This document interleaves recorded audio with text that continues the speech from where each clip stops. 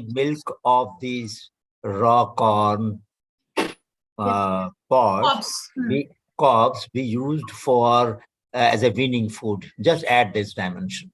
Okay, that so if you can review some literature and look at the properties of this milk, it will be very interesting. We will get the validation done of this community practice and share with them what you find in your research. So that's very interesting. The project is very relevant, and I hope that you will take it to the logical conclusion.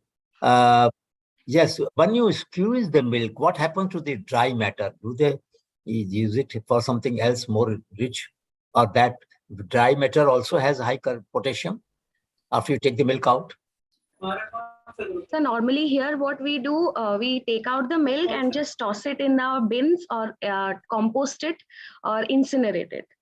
But my suggestion is, if you can also analyze the content of the demilled or milled cob, we will know more about what we are wasting, isn't it?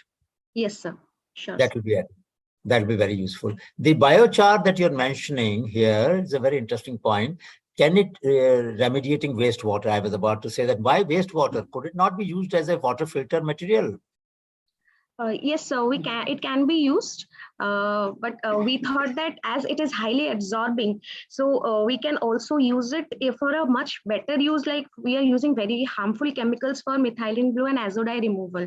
So if a simpler process can be adopted, which is more environment friendly and financially less draining, that also. My suggestion is that you know that the drinking water is a major constraint, quality water. So in the areas where cob is grown, these are really poorer regions, many of them, small farmers, dryland farmers, etc., etc. So if you also give them, I mean, I don't know whether somebody else can, you know, that your institute did the water filter thing. So in that water filter, if you add a layer of this and see whether it can remove not just iron as the other technology presentation showed us, but some other minerals also, that would be great.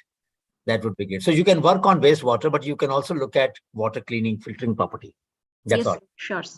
Good. Very good. Very good. Very good. Good luck to you. It's a very good project. All the best. Thank you, sir. One small point. Just one second. One small point. Just one second. The previous team, was it Sheetal? Yes, sir.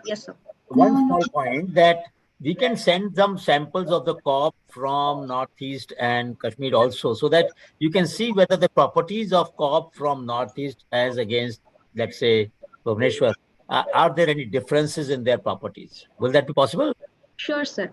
Good. Thank you. Thank you. Good evening, sir. Yeah. Good evening. So this is Gajram Murmu from ACSIR-Unmet. Unfortunately, our projects are also like on corn waste itself. So, but which part of it you are taking? We are taking all the waste materials, sir.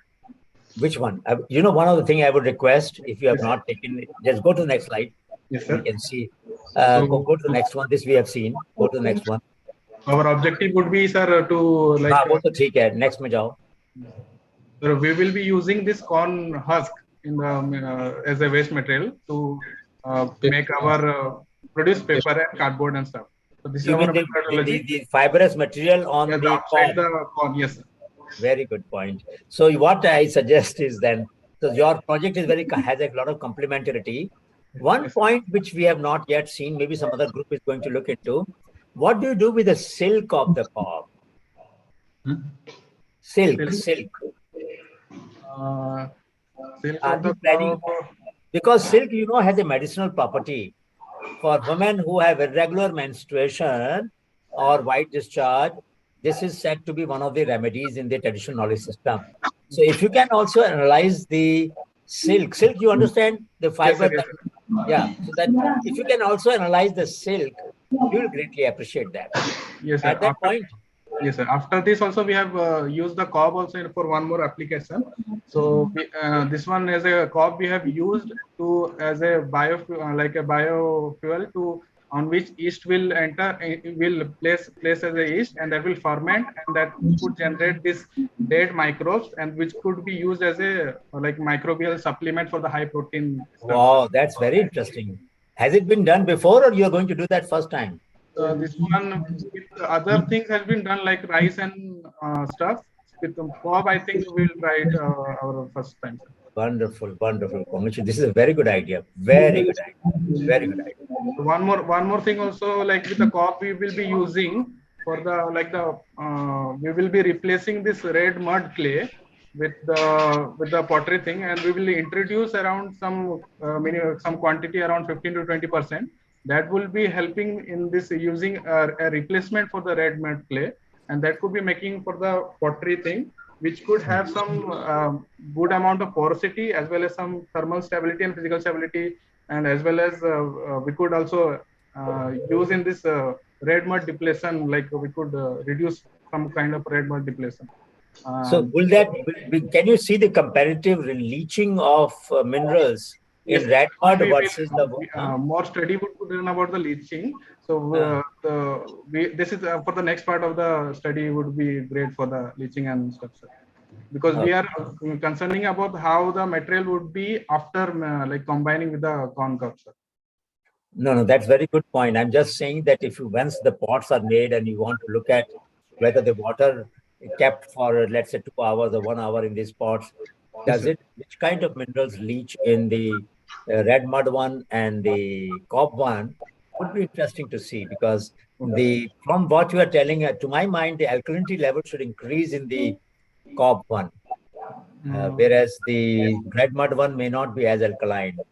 But you know better, you can check better. At least check the pH and a few other things if possible. Okay, that won't take much time. So this is the final one. That one we will be considering this corn waste to all these three kind of. This is our target audience, to be honest about. Wonderful. The packaging stuff for the supplement thing and the pottery industry. Wonderful. Very good part. Very good. And we need this packaging material very urgently. Yes, sir. This packaging material are like high in demand, like in this. So if I would say that you could also you can put some priority that if there is a constraint and you can't fulfill all the 3 goals, at least one you must complete his packaging. Yes, sir. Yes. Right? Very good. We'll work on that, sir. Very good. And do analyze the silk. Please add that point. Yes, sir. Good evening, sir. Very good. So it was Siddharth. Now next one, please. Good evening, sir. Good evening, sir. Yeah. We are from CSIR-NCL. Yes. So we want to actually study about various crop stubbles and weeds in Maharashtra state for production of an eco-friendly and cost-effective paper. Change the slide. Yes. So we know that paper is one of the basic needs of modern life, and its various applications like printing, storing of information. Your slide is not changed. Slide is still the old one. Can you change it, or should I do that? So now it is changing. Hello. No. Your slide has not come up. So I think you should first. Yeah. Are you sharing it? Yes, sir. Now it's okay. Now it's okay. Yes, sir. Now it's okay. Now we can see. Yes. So we know that paper is one of the basic needs of modern life. Yeah. No, that's all right. You don't have to explain. The slide is very communicative. So you are saying that you are looking at different stubbles for various uses, right? And we are targeting in various crop stubbles and weeds, which are actually means waste, one type of waste and pollution for different things. Like if you use these stubbles, we know that we are finally burning, which has impact on soil system and ecosystem. So we want to collect that crop stubbles and weeds so that we can use it for paper production one student has a startup in IIT Delhi. I had invited him some years ago. He is his professor's name. I'm forgetting just now. But this person has developed crockery, and he has used it at a cafe in Delhi, IIT Delhi, out of the stubble of wheat. So you may look at some of the existing startups, what they are doing. You can talk to them and find out their pain points. So that when you see a project, you can incorporate. We are also trying to collect the byproducts like lignin. We are simultaneously collecting fibers and also simultaneously collecting lignin. So some byproducts we have to also target to collect. Okay.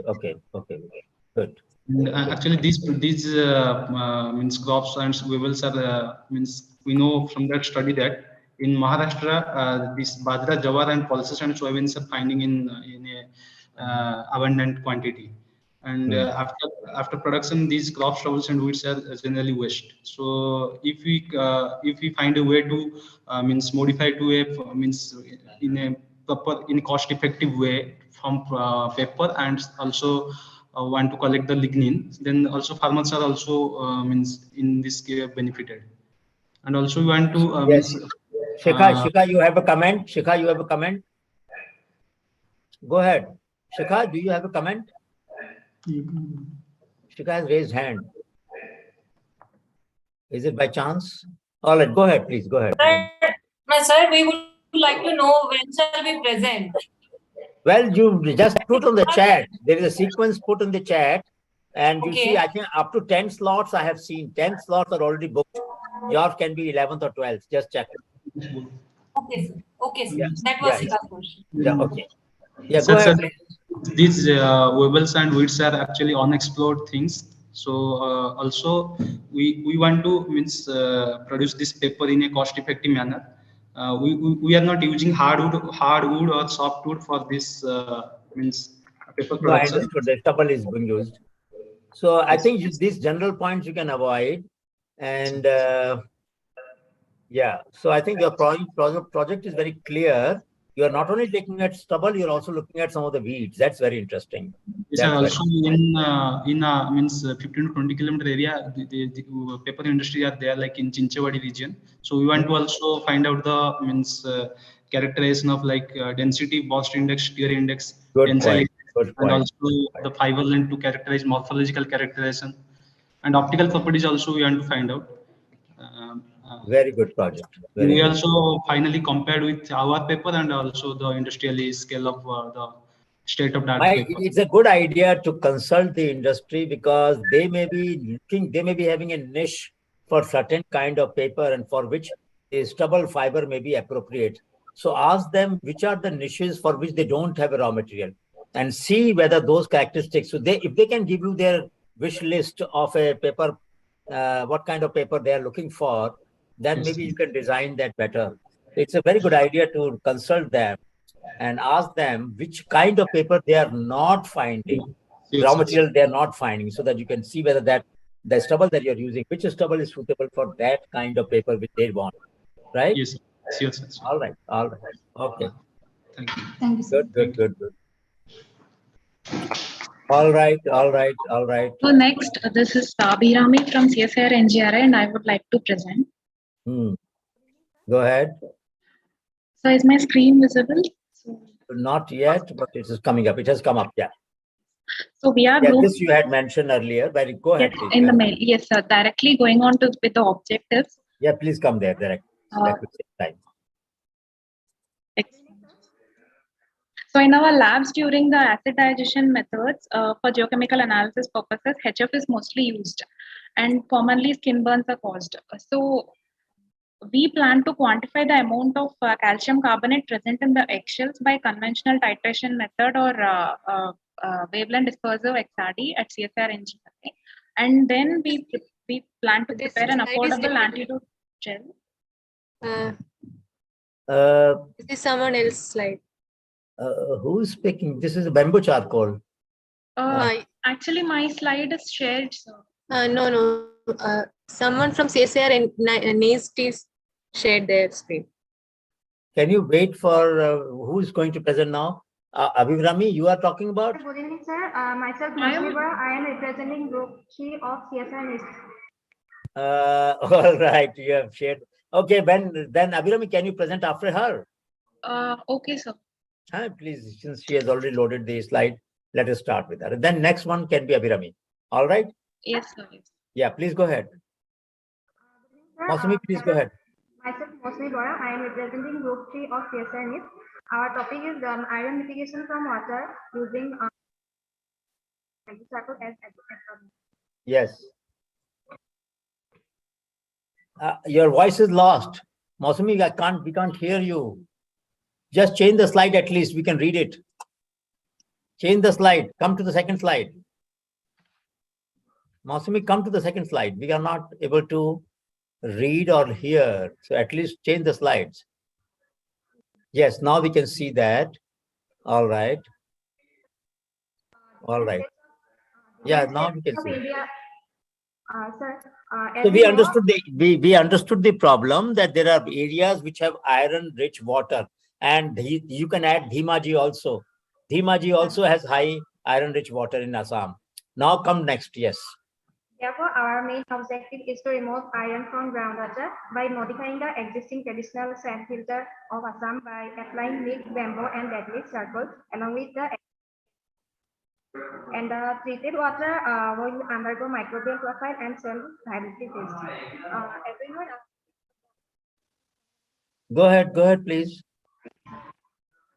Okay. our modified Okay. I have only one suggestion. It's a very good project. In Dhimaji, we saw that people are using a filter already of somewhat similar kind, but they don't have the bamboo leaf charcoal layer. My suggestion would be, can one of you visit either Dhimaji or one of Dhimaji will be best, but if you can visit that and find out and collect the exact proportion that they use conventionally in a few families, if you can analyze their current filter and then add this layer in that filter so that it becomes easy for them to adopt it after your study findings are known to them. Is it possible? One of you can visit that region? Is it possible? yes, sir. Yes, sir. So then please collect the layers that they are currently using. The water becomes clean when that I have seen, but this water has dissolved iron.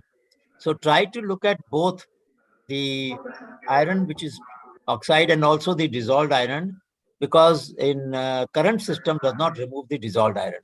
All right, because after some time when you take the water and stir the bottle, it becomes brown. That means the iron was not removed completely. So do this test of oxidation test after the water is cleaned up, whether it has dissolved iron or you will of course be able to do the analysis also. Sir, So it's a very one thing to our knowledge, bentonite clay powder has not used yet in the traditional sand filter. We are clay powder, is a good project. iron Yes. filtration system. All right.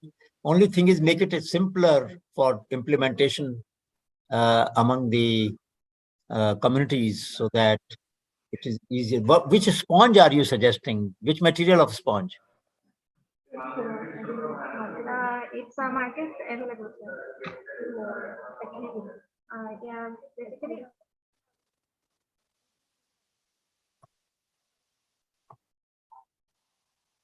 All right, go ahead. Is it over? Yes, sir. The sponge we will use is the aquarium sponge.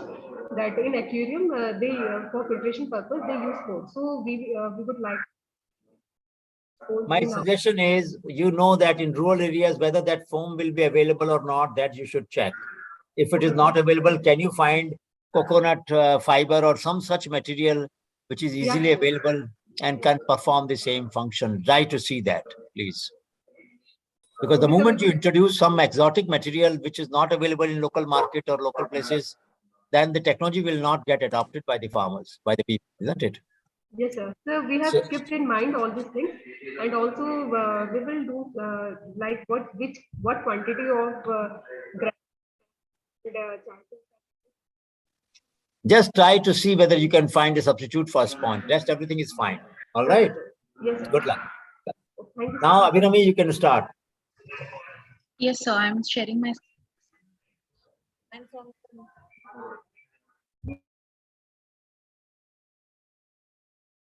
So is my screen visible now?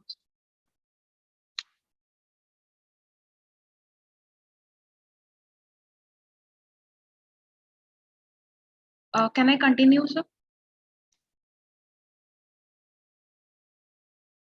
Abhirami, your screen is not visible.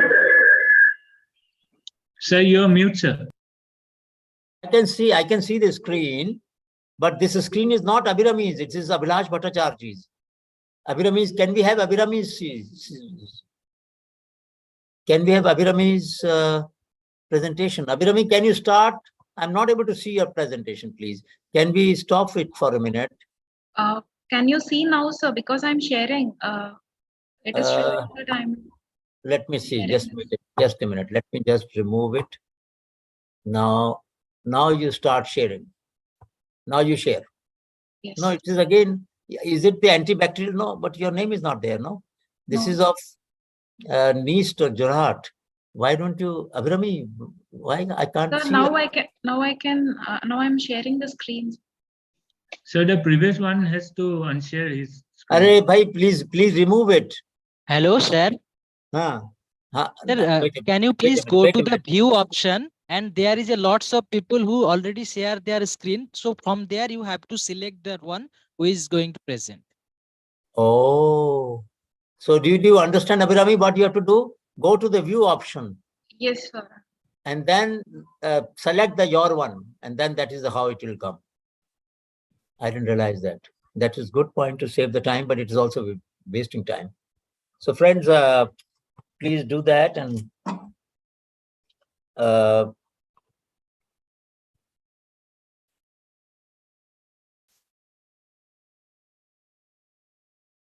can you start, Abhirami, without presentation, because there is a problem. You please start without presentation. Please start. We don't want to lose time. Abhirami, please start. I've shared my screen, so can you? No, I can't see. My suggestion is you please start. Don't worry about it. Just start, because I can't see your presentation. For some reason, somebody else's, Somita Samasdar's presentation is showing up. Sir, all right. CGCRI. Sir, there is a sequence of sharing the screen.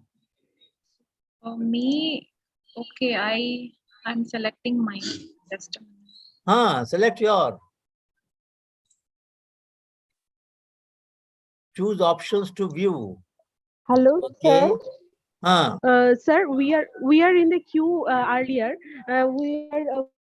No, but please, since there is I have already asked her to defer twice. So can we, let me see. I can't see in the view option. No, this is someone else. Abhirami, I can't see your presentation. So even if I want to see it, I cannot switch it on. Can you start without, can you start? And now. Sir, you can select it now. Huh? Now Sir, it's many showing people in the have view shared option. their screen. In view options, it's showing. Everyone, please unshare your screen, except that the person who is presenting. The person who is presenting. Yeah, that would be better, because we are wasting time. So, Abhirami, please start. I mean, we had lost already 5-7 minutes. We don't have time. So, can you start, please? Forget about presentation. Abhirami, please start. Abhirami, can you present? Abhirami? Yes, sir, I'm presenting, sir. Sorry. Please don't forget about the presentation. Just start. Yes. Tell us what your topic is. So And our topic is how to cope with the hydrochloric acid burns, and we are group 6 from ACSIR-NGRI. Okay. So directly moving on to the objectives, we plan to quantify the amount of calcium carbonate present in the eggshells by conventional titration method or wavelength dispersive X-ray fluorescence WDXRF at ACSIR-NGRI. But you know that calcium carbonate is about 95% in the calcium in the eggshell, isn't it? Yes, sir. Excel. So what is there to find out? Supposing it is 95, instead of 95, it is 94. What difference will it make? Yes, and by using them, we plan to treat the. I mean, we plan to make an affordable antidote gel, which is by mixing calcium carbonate from eggshells and the gluconic acid in the required proportions. So the available calgonate gel, which is used to treat these burns, are more costlier. It is around 5,000 rupees. But this gel can be made affordable by using the eggshells, which are considered as waste. So we can use the calcium carbonate. Very good. My only suggestion is, in the eggshell, in the inside of the eggshell, there is a collagen layer. Yes. You know that? Yes. And collagen layer has a lot of effective property in case of burns. So when you use the eggshell, my suggestion will be, don't remove the collagen from the shell. Yes. All right? Yes. Because that will improve the healing property of eggshell. Yes, sir. Sometimes people remove the calcium carbonate in a solvent and only use the collagen layer as a material for sharing, for healing. So it's a good project. Go ahead, please. It's a very good project. Yes, All sir. right. So this will become more cheaper when compared to the available market. Correct. And I think that's a very good idea. So please go ahead. And now I will request that we will follow the sequence in which people have put up their name on the chat. We should not follow random process. Please let us be disciplined. So next person, who is the next person, please? Thank you, sir. Good luck. Next person. I will not go by what is visible on the screen. Who is the next person, please? You should remove this. Rocktim, are you the next person? Or so please go ahead. Please go ahead. Yeah. Good evening, sir. Go ahead, please. Go ahead. Yeah. Can you see my screen, sir? Yes. Yeah. Good evening, sir. We'll be presenting on formulation of herbal fumigant for management of insect rice grain pest. We are a group from ACSIR East.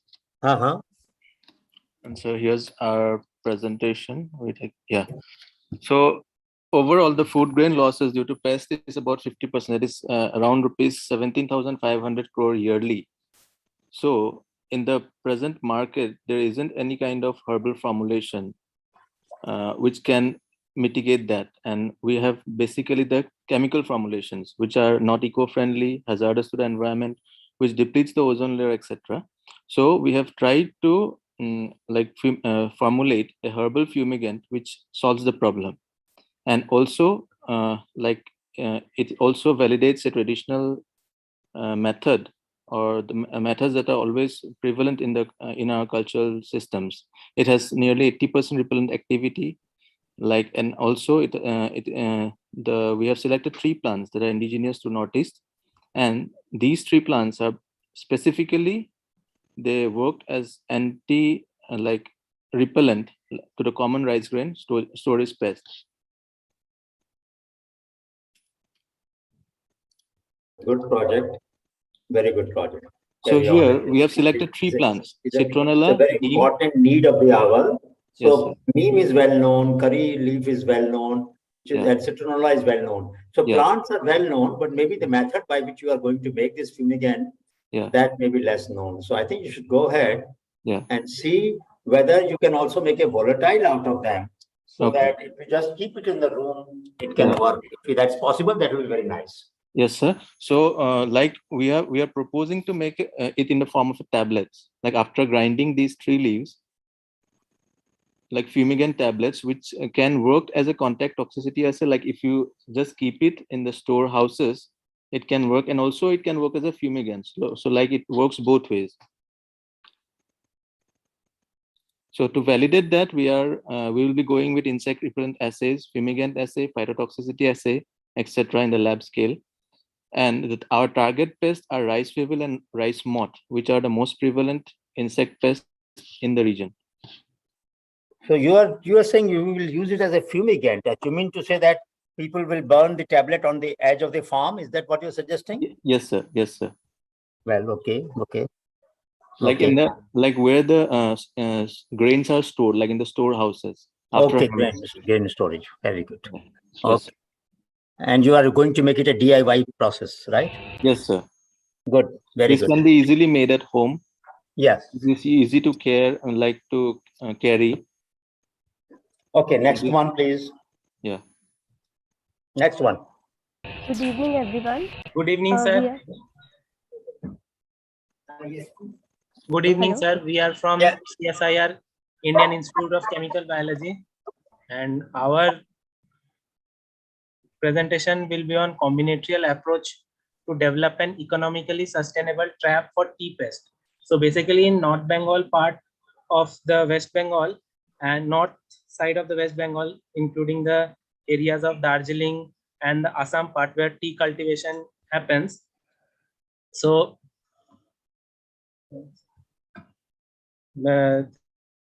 this tea pests and bugs are the major concern which affects the tea crops and productivity of the tea plant.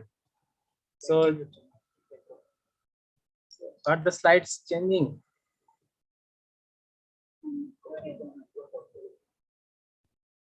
So basically, these bugs are like tea mosquito bugs, red caterpillar, loopers, red spider mites, and thrips.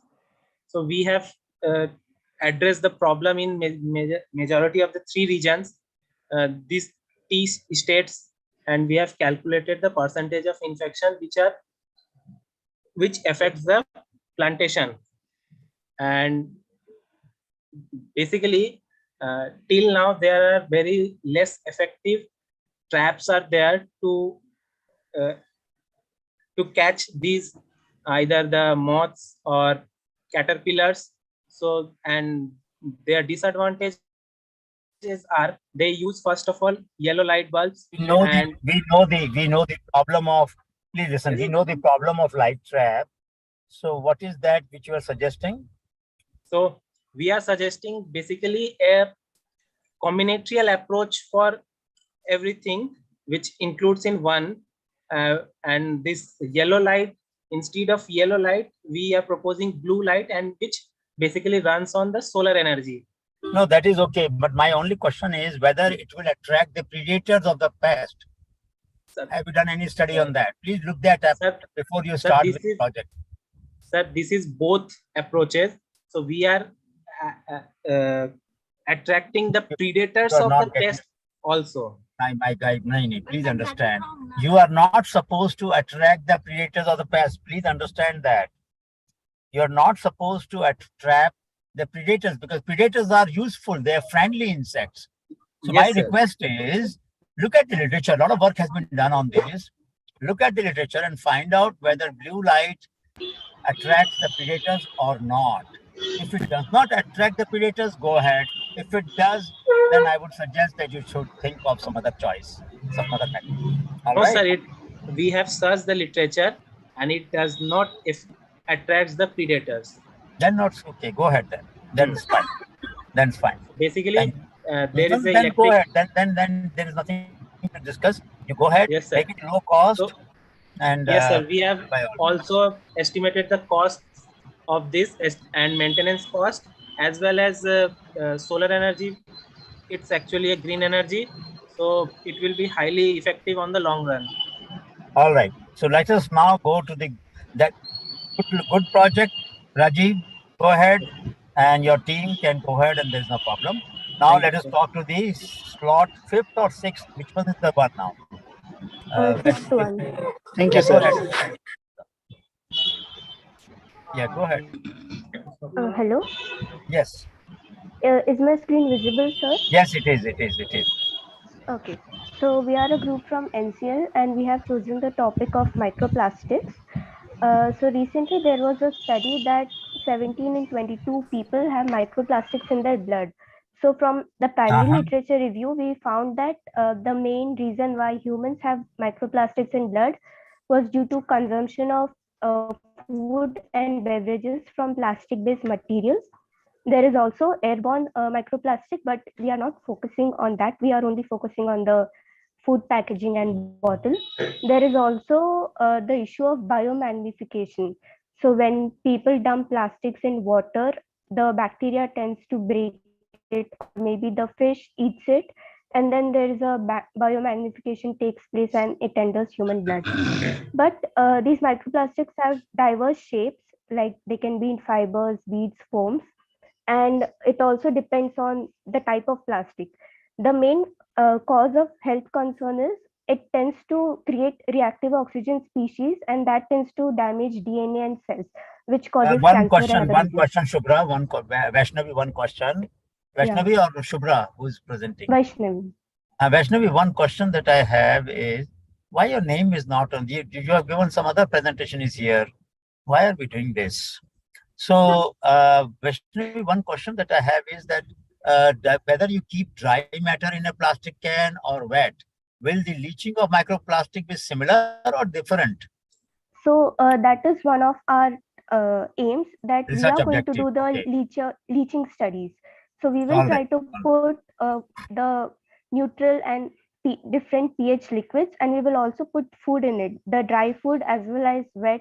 You know, for food example, and- people put for soft and such other things, flaxseed, soft. No, so these are the things which are put in the plastic bag or plastic can. So Yeah, if you can look at some of the most popularly ways in which dry matter is used, which is like mouth fresheners, soft, flaxseed, and other materials, that will be very nice because it rubs against the surface, and whether the microplastic release is much higher or lesser in these materials, food materials, will be useful to know. All right. It's a very important project, and I think it will, you should really You can also send some of the packaging that you are going to use, na? plastic thing.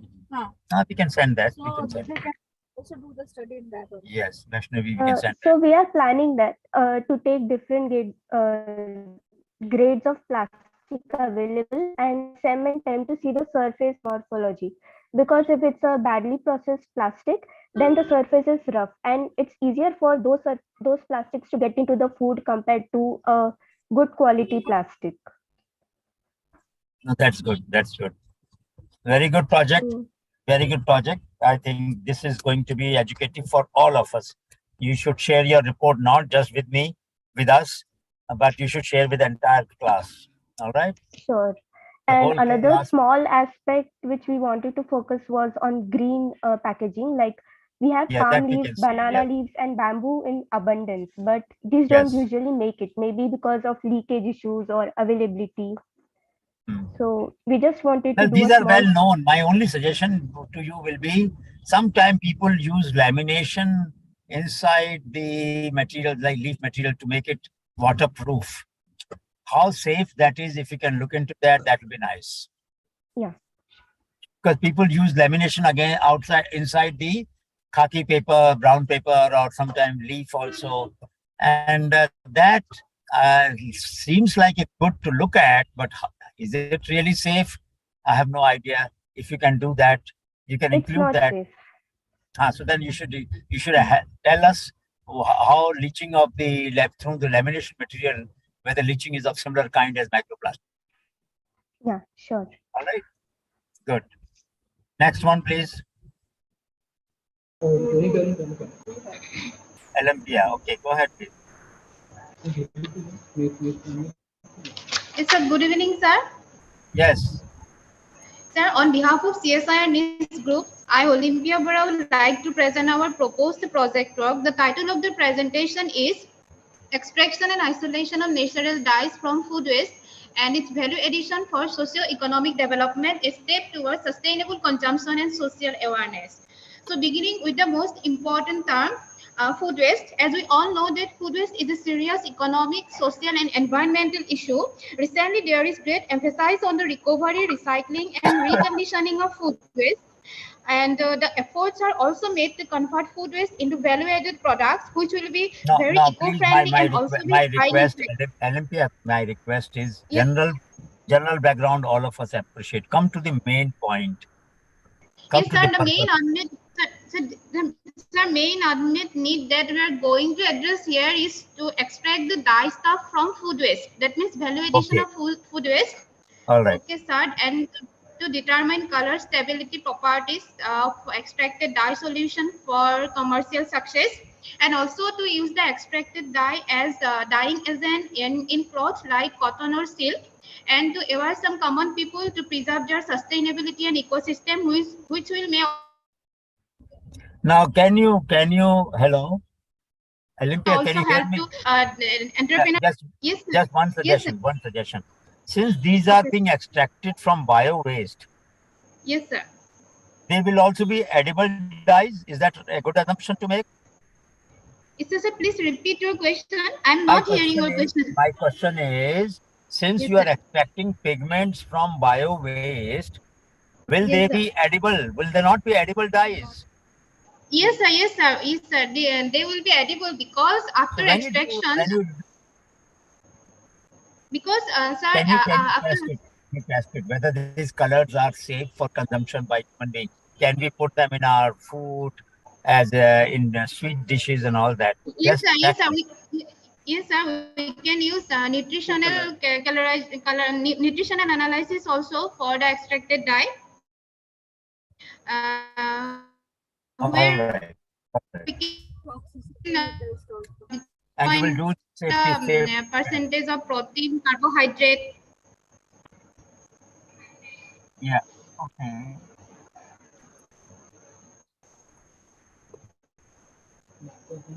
Hello, sir. Yeah, go ahead. So we understood your project. I think you should go ahead. It's a good project, very meaningful. My only suggestion will be that while you will use sophisticated method to extract dyes, if you can also, after characterizing these dyes, make Yes, sir. if you can make sir, a we DI. use what green solvent.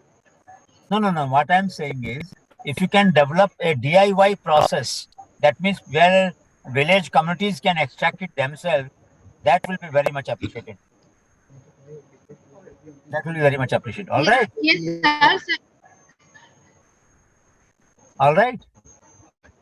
Yes, sir. Yes, sir. All right. Thank you. Next one, please. Sir, is my screen visible, Professor?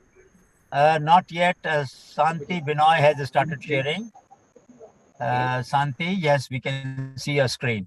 Invasive plants by using their antibacterial, antifungal property. Please tell us. This is a very interesting project. Go ahead. Go ahead. Hello, sir. Tell us what so the title is red. Go to the purpose. What you are trying. Which plants are you using for screening? We are from North. Skip this. General point to skip. Okay. Come to the next one. Sir, actually, we have. Hello, sir. Hello, sir. Yes. So this is we are not that we are sharing. Sorry. Chakraborty. What are you saying? Somebody is presenting. I can't understand what you. I can't hear what you're saying. Are you talking about somebody else's presentation? Can you put your message on the chat? I can read it on the chat. Please write on the chat. Sir, we were in line, sir. So next one you can follow. So were you not in the slot? This group which is presenting? We was in the slot. No, I'm sorry about it. But why did this group come up then? I don't know, sir. This. Hello. Did you jump the queue? Did you jump the queue? No, sir. We were. No, Karan, the group. Just a minute. The group which is presenting. Did you jump the queue? No, sir. We were 8th in slot. We were 8th. Huh? We were 8th in the slot. And which group and which one is the one that is complaining? What is your group? Huh? What is your slot? Can we wait? Next one can be yours rather than wasting time. Go ahead now. Please continue. Okay, sir. So can I continue? Yes. Next one you can be. Next one you can be. Please wait. Next one you can present. Next one you can present. Can you wait for a minute? Please let her complete now. It will take more time otherwise. Please go ahead. Sir, for Assam, the economy is largely agricultural based and the 69%. Hello, sir. Yes. Yes, sir, I'm Koel De, and we are actually, sir, presenting. Can you let them complete? Can you let them complete, please? Let them complete. Yes, then sir, I will actually, yeah, go ahead. I was actually he was talking with my phone, and I am presenting. Yes, my group member is presenting, sir. Okay. All right, go ahead, please. Go ahead. Thank you, sir.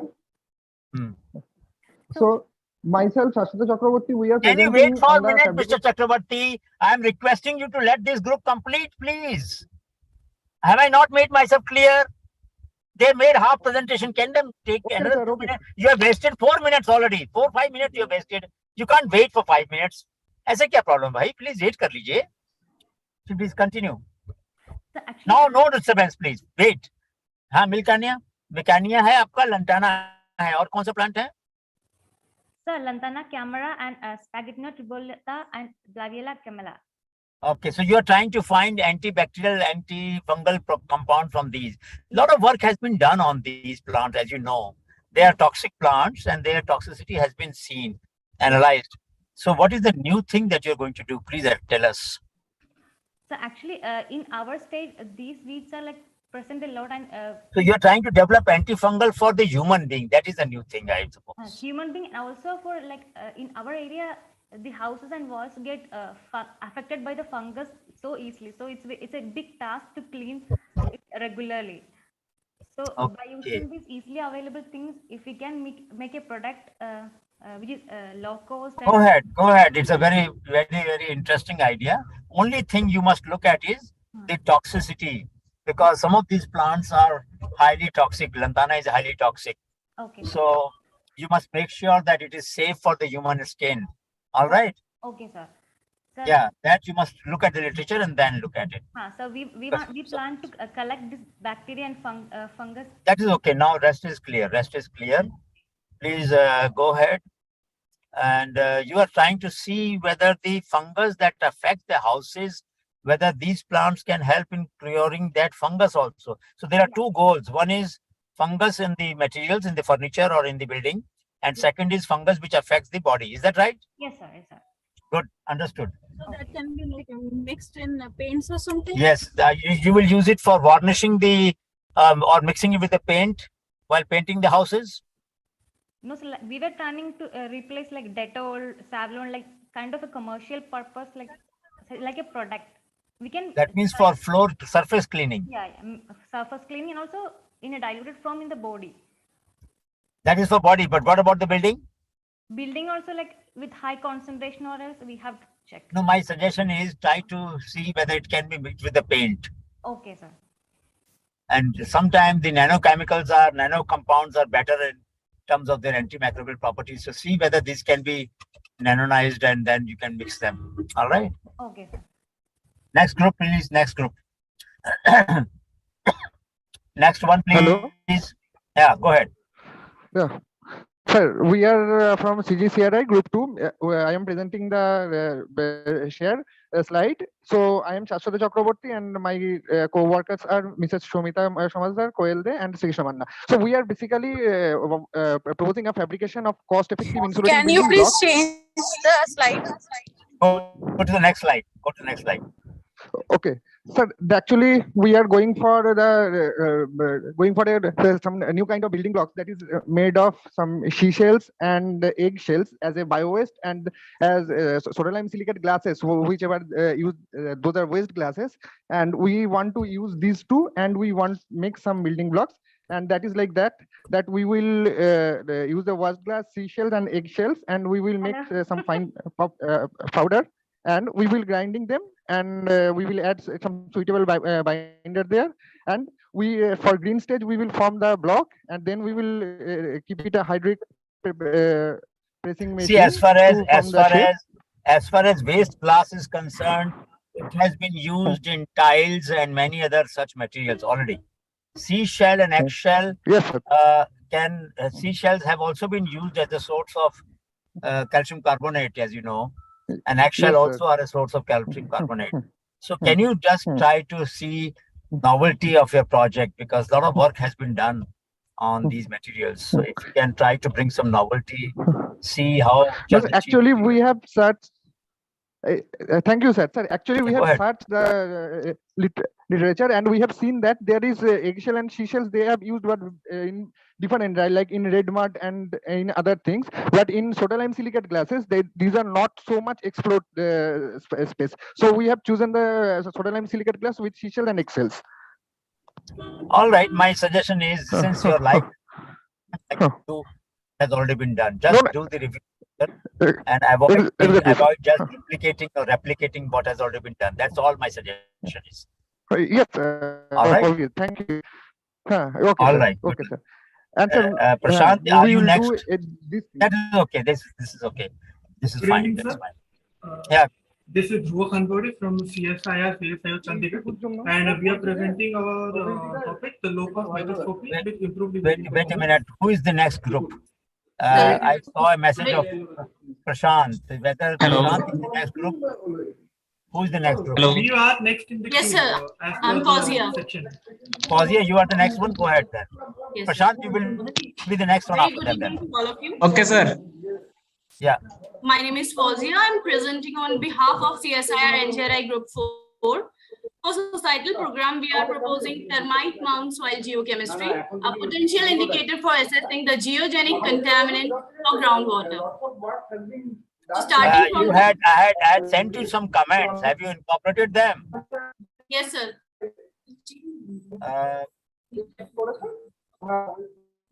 Well, you should mute yourself. Your voice is coming. Yeah. Now, go ahead, Fazia. So please go to the next slide. So I cannot go to the next slide. Why? Then you tell us what you are saying. Don't worry about slide. Then tell us. So what is the main aim of the study is to identify the potential geogenic groundwater contaminants from the termite mound soil.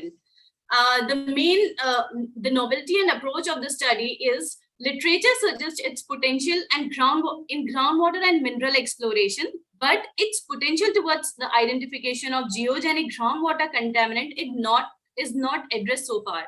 So this project will examine the physiochemical properties of termite mounds from different areas where severe concentration of geogenic contaminants were observed. And the result obtained will be interpreted based on the type of the mound and indicative. See, my suggestion, please, Fazia, yes, Fazia, listen. I had written to you also about this, that for a long time, people have used termite mound as an indicator of groundwater. All right. Wherever you have termite, first of all, termite mounds are found where there are tree stumps. Okay. So there's a tree which has been cut, and there's a stump. That stump often becomes the termite. The termite make their house there, and that colony comes up on the stump. All right. Now, this is a traditional knowledge, and you can confirm that, and that will be fine. But the termite mound clay has tremendous benefits for whole range of materials in construction, in health, and so on. I do not know whether you can include at least a review of these this literature, which can tell us then termite mound of which kind is useful for what purpose. Because as far as the groundwater contamination is coming, I mean, the property is concerned, this will be only used by the academics. I mean, how will common people use it? Sir, after this study, the result obtained can be shared with the respective regional water sanitation department to create awareness in public about the major contaminant in the groundwater and its effect on the health. Are you saying that wherever termite mounds are, the groundwater gets contaminated? Is that what you're saying? No, sir. We want to say that for this termite mounds, their basic principle is that they survive on the humid kind of conditions in their nest. Correct. For that process, what they do, they dug deep from their nest. I am unable to show the architecture, nest architecture I kept, but I am unable to go to the slide. So I just want to show you that that's why actually termite mounds can be found anywhere, sir. Means in dry climate, in desert lands, and a lot of temperate and warm kind of continental regions we can find it. What happens? This termite mound go deep. They dug deep and they reach up to the water table to bring that groundwater moisture and contain to maintain their humidity within their nest. So while during that process, they bring the dissolved material, whatever the geogenic contaminants, means due to the already natural strata, subsurface strata, whatever contaminants are there, dissolved contaminants in the respective areas groundwater will also get transported along with it. Okay, sir. And they deposit these type of minerals on the in their nest sites. Okay, so we are going to focus those kinds of sites, and they're the cement. They create like a cemented mixture of clay and all those minerals. So with that, we will understand the what kind of contaminants are there in the typical types of mounds. In each regional area, there will be different types of mounds, and in respective to each type of mount, we will try to give an comprehensive study. For that, we are selecting 3 areas, sir. in Telangana, we are getting a lot of fluoride contamination. Means we have selected 3 areas where already known contamination is there, and we want to show how this termite mounds can help us to identify what could be the groundwater condition, what could be the groundwater chemistry for the unknown areas where already there is no report. Okay, that's why we are selecting fluoride contamination in groundwater. From Hyderabad, we are going to select some mounds and going to do some study. In Uttar Pradesh, there is a lot of problem of arsenic and fluoride. So one locality from my one colleague, we are selecting. So she is going to bring the samples for us from there. And one of our team member is from Chhattisgarh. In his region also, there is uranium and lead concentrations are high. These are 3 different kinds of pollutants in different regions. Okay, sir. So we will be following the geochemistry of mound soil, surrounding soil, and the groundwater at all these 3 localities. And we will also do the GPR survey to estimate the subsurface extensions of these mounds. So each type of mound will have different kind of subsurface structure also, and they're connect with the water table below the surface. And we'll also do the that's okay. Now we cannot. Please, Fauziya, your purpose. We have understood your project. Don't have to go into more details. My only suggestion, as I said, is add one component about the properties or the elements that are available in this in trace quantities, what effect they have, whether they have any beneficial effect also. That's all I'm saying. The adverse effect of contaminants you have seen, which is good. Can you also look at the beneficial effects?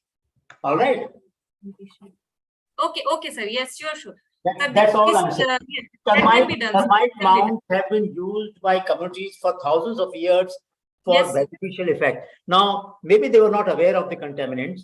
So there is an interesting part of that study, but also beneficial part. That's all. Good. Yes. Now there are 2 people who are talking about next one. Please, is it just decide who one of you is the next one? Is it Shubhra or is it Dhruva? Dhruva. Yes. Sir, I want to present. Wait a minute, Hello, Manju, sir? you are not, which slot is it yours, Manju? Sir, my slot was 7. I want to present after Vaishnavi, but Vaishnavi didn't present till now. So I'm going to present has because presented already. Vaishnavi has already okay, presented. so sorry, maybe I skipped that one. So mine was before Wait a minute, Dhruva. If Manju was ahead of you, can she present now? Yeah, okay, sir. But next slot, I will. Next one is yours, and then Shubhra. If she's the next one, then yeah. Go ahead, please. Go ahead. Okay, thank you so much, sir. I'm from. Good evening, sir. I'm from National Physical Laboratory, New Delhi. There is a echo. Hello, is it clear now, sir? No. Manju, you are echoing. Change your presentation. Is it fine now, sir? No, there is a echo. Hello. Sir, maybe you Hello? are you have logged in from two devices, because for me it's clear. I have logged in from 2 devices. No. No, sir has logged Professor? in from two devices. Hello, sir. Am I audible now? Yes, you are audible. Yeah. So can I start?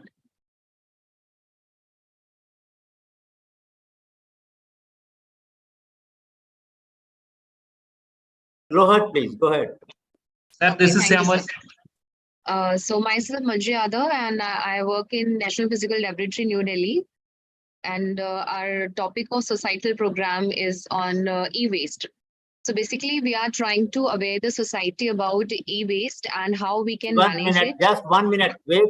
Just wait 1 minute.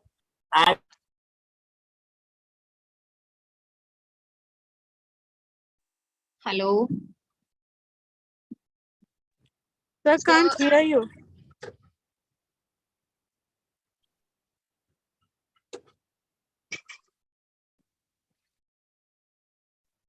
Hello, sir. Hello, sir. You are not audible. Let me get back to you. Let me find out and get back to you. Okay, go ahead. Yes, sir is here. Okay. Thank Go you, ahead. sir. So my project is on recycling of e-waste, and we will done a survey, and we'll know the society about how they can manage the e-waste, how they can recycle it. So as we all know that e-waste is emerging as a new for our environment, and it had like a very hazardous impact on the environment, as it leads to soil, water and land pollution, and which affect human beings.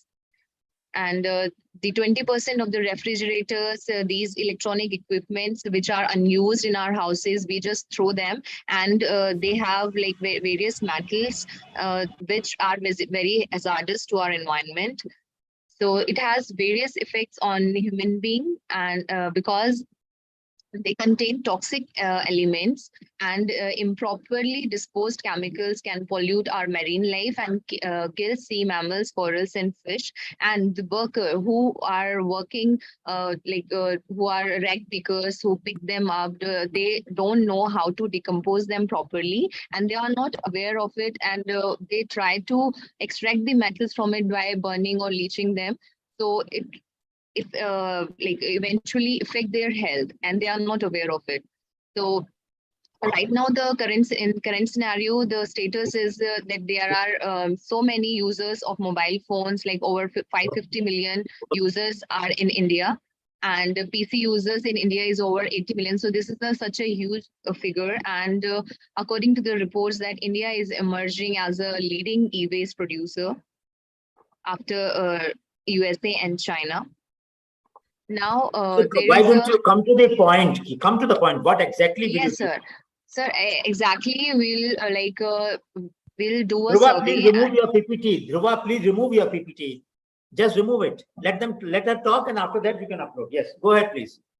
Yes, sir. So first of all, we'll do a survey on we'll choose a particular rural area, and we'll go and take interviews of them, like how they are, how much long they'll use a particular device, and we'll try to collect more data on it, and then by going to the schools or by making various posters, we'll try to aware them like how they can properly decompose them, how they can resale them, how they can recycle the e-waste, and we'll aware them about its negative impacts, which is they are doing by just throwing at the dump yards. So by collecting that data and analyzing it, we'll do this is Center of Excellence Management on E-Waste. We'll aware the society about it, and they can resell their gadgets, and they can get some job from that center as well. So basically, this is our motto. Wait a minute. We do not want any project on just creating awareness, please. We do not want to do that kind, because everybody knows what the harm of e-waste is. Everybody knows that e-waste collection systems are missing in our country. Unless you can find some solution for either repurposing the e-waste or using them more effectively, or find some ways of creating a model for collecting them, kind of a platform for collecting them, awareness is not required. Today, in most places, people know what e-wastes are and how they have to be. No, they can cause heavy metals and other things. Well known. This is well known. Please don't create. Why do you want to waste your time in doing something which is already well known? The only problem is our behavioral change has to come about, and there is a supply chain has to be created so that people come. There can be collection points for the waste, which Western society has. Our society has not created that. In your own campus, you may not have any bin for e-waste, isn't it? Try to create some opportunities for collecting that. But just creating awareness will not solve any problem. Yes, sir, we will recycle. I'm sorry about that. I'm sorry about that. Sir, it will not serve any purpose, please. Yes, sir, we will recycle it by collecting metals and recycle. No, but what I'm saying is you can do it in your lab or you can do it in your institute. That is not a societal project. You have to do something outside, which means either you take a community, which is urban community, let us say, a neighborhood society where people live, and then discuss with them and create an institutional framework by which they will collect, and then you try to contact the supply chain people who will buy this from them or collect it from them, and then take it to the processing site. If you can build a supply chain, a platform for supply chain, I can put up my request. I have got 3 telephones or 5 screens or my computer, can somebody come and collect them? And then the message goes to the people who are going to collect, and they come and collect it. That would be a useful service. But merely creating awareness will not serve any purpose. You should modify your project. All right. Kindly modify. We want your project to be effective. And you have picked up a very important problem. Make it more effective. All right. Yes. All right. Next one, please. Okay, thank you. Yeah. Hello, good evening, sir. This is Dhruva Kanpode from Chandigarh, and we are presenting our topic, the low-cost microscopy with improved imaging performance. So basically, we are trying to provide a low-cost alternative to microscopes to students of rural India, where they can use this and get ahead in the education. So basically, what happens is that the compound microscope, which is used by the students at the urban stations, are very costly and cannot be afforded by smaller schools or the Anganwadi schools, if you think. So they are not present there, but the students do need them. Therefore, we are providing such a solution where, keeping the principle same, we are reducing the cost for that microscope so that it can be used for educating the students. So we are trying to give a compound microscope which will be compatible with a smartphone too, so that if there is any chance of projection or teaching on a digital platform, it can also be provided. So our basic concept is that it is to be made, it is do-it-yourself kind of structure, which will be made up of a recycled, reinforced fiber material that will help in easier transportation and cutting the cost of the transportation as well as manufacturing. And it will be beneficial for the environment also. Second, the lenses which we'll be using will be the BK7 material and the aspheric lens for better image quality while keeping the cost minimal.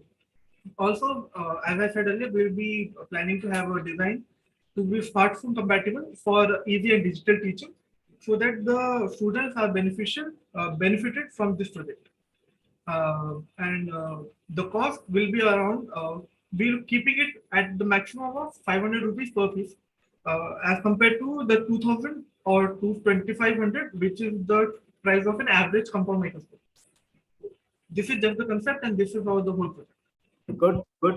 Good project. As I told you in my comments that there is a model of fold scope available. Yes, sir. Try to make it, benchmark it with that and make it more effective. Yes, all right. Sure. Okay. Thank you. Next one. Yeah. Anamika, you had any point? All right. Next one, please. Sir, can you see my screen, Professor? My name is Kiran, sir. Sir, this is Shubhra Bajpayee, sir. Sir, this is Shubhra Bajpayee, sir. Shubhra is next. Okay, go ahead, Shubhra. Yes, sir. So, sir, good evening. We would like to work upon improving the post-processing of a starch-based local product that is available there in the Koraput district of Odisha.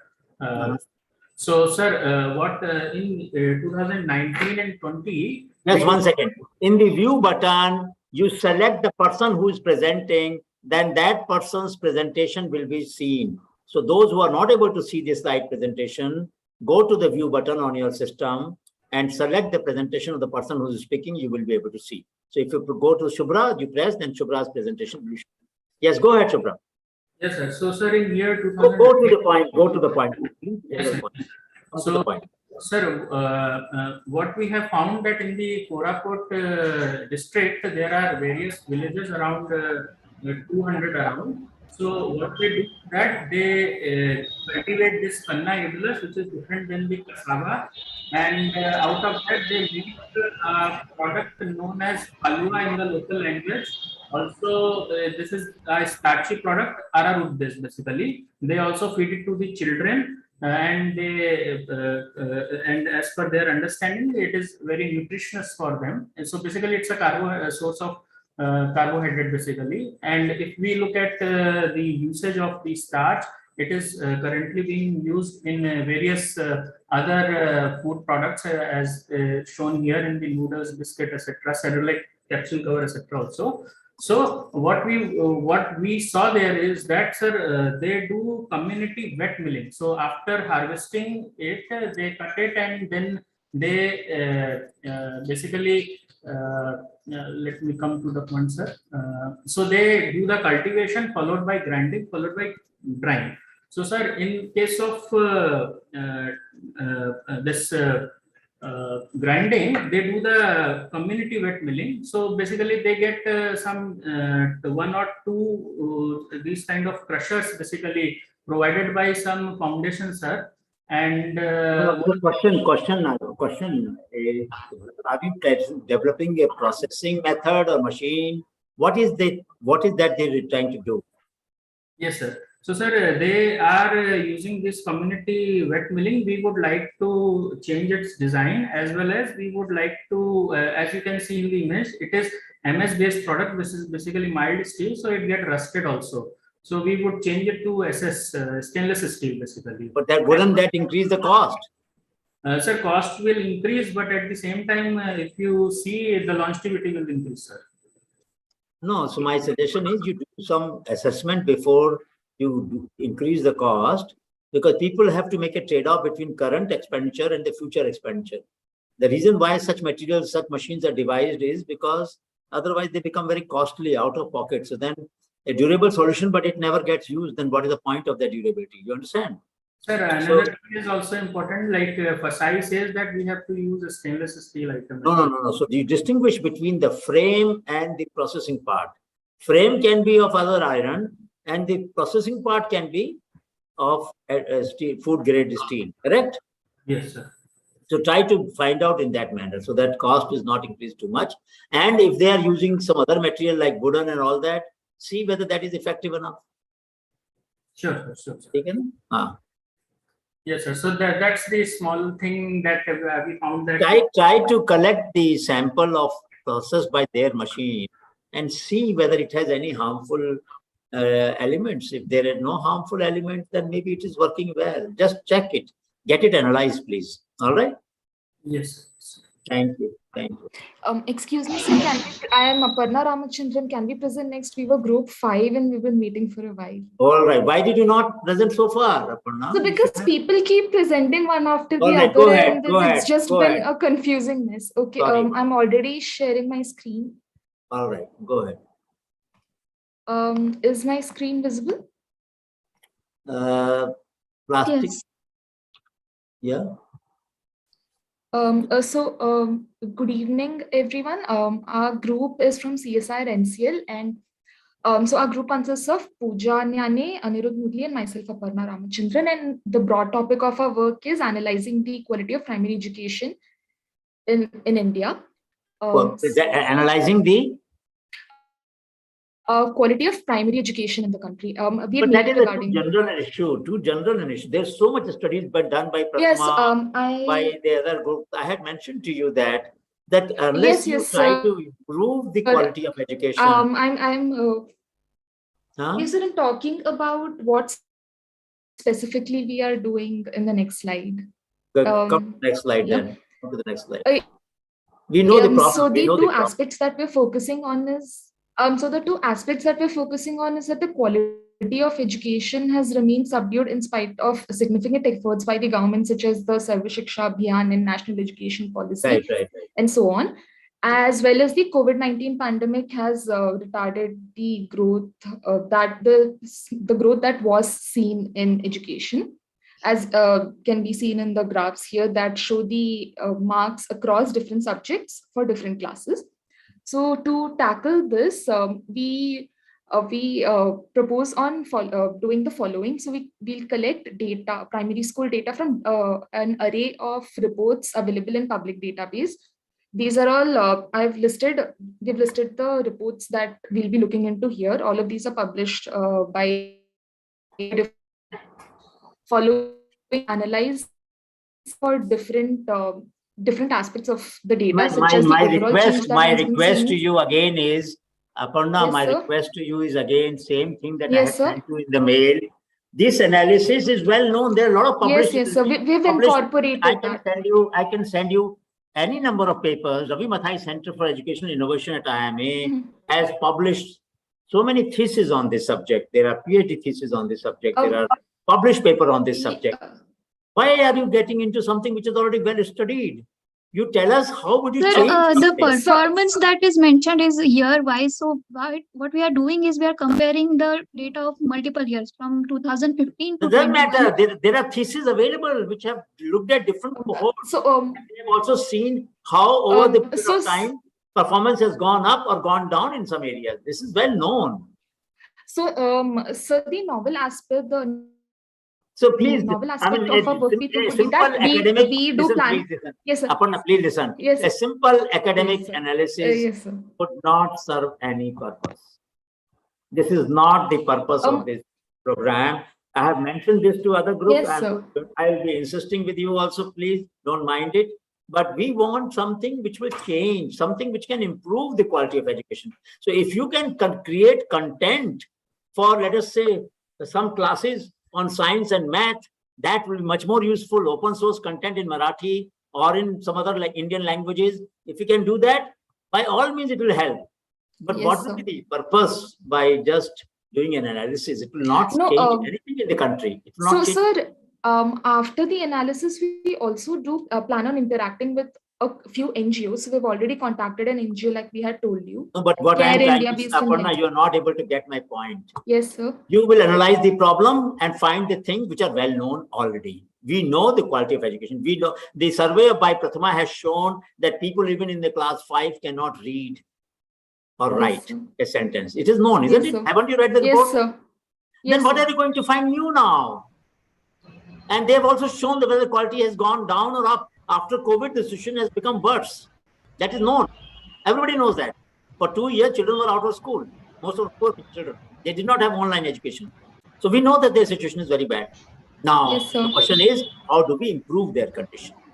What Yes. models, what innovations can be done by which we can improve their content? So either you find out these schools which have performed, government schools, which have Yes, performed sir. very well, and then study why did they do so well, and then try to see whether those lessons can be replicated to other schools.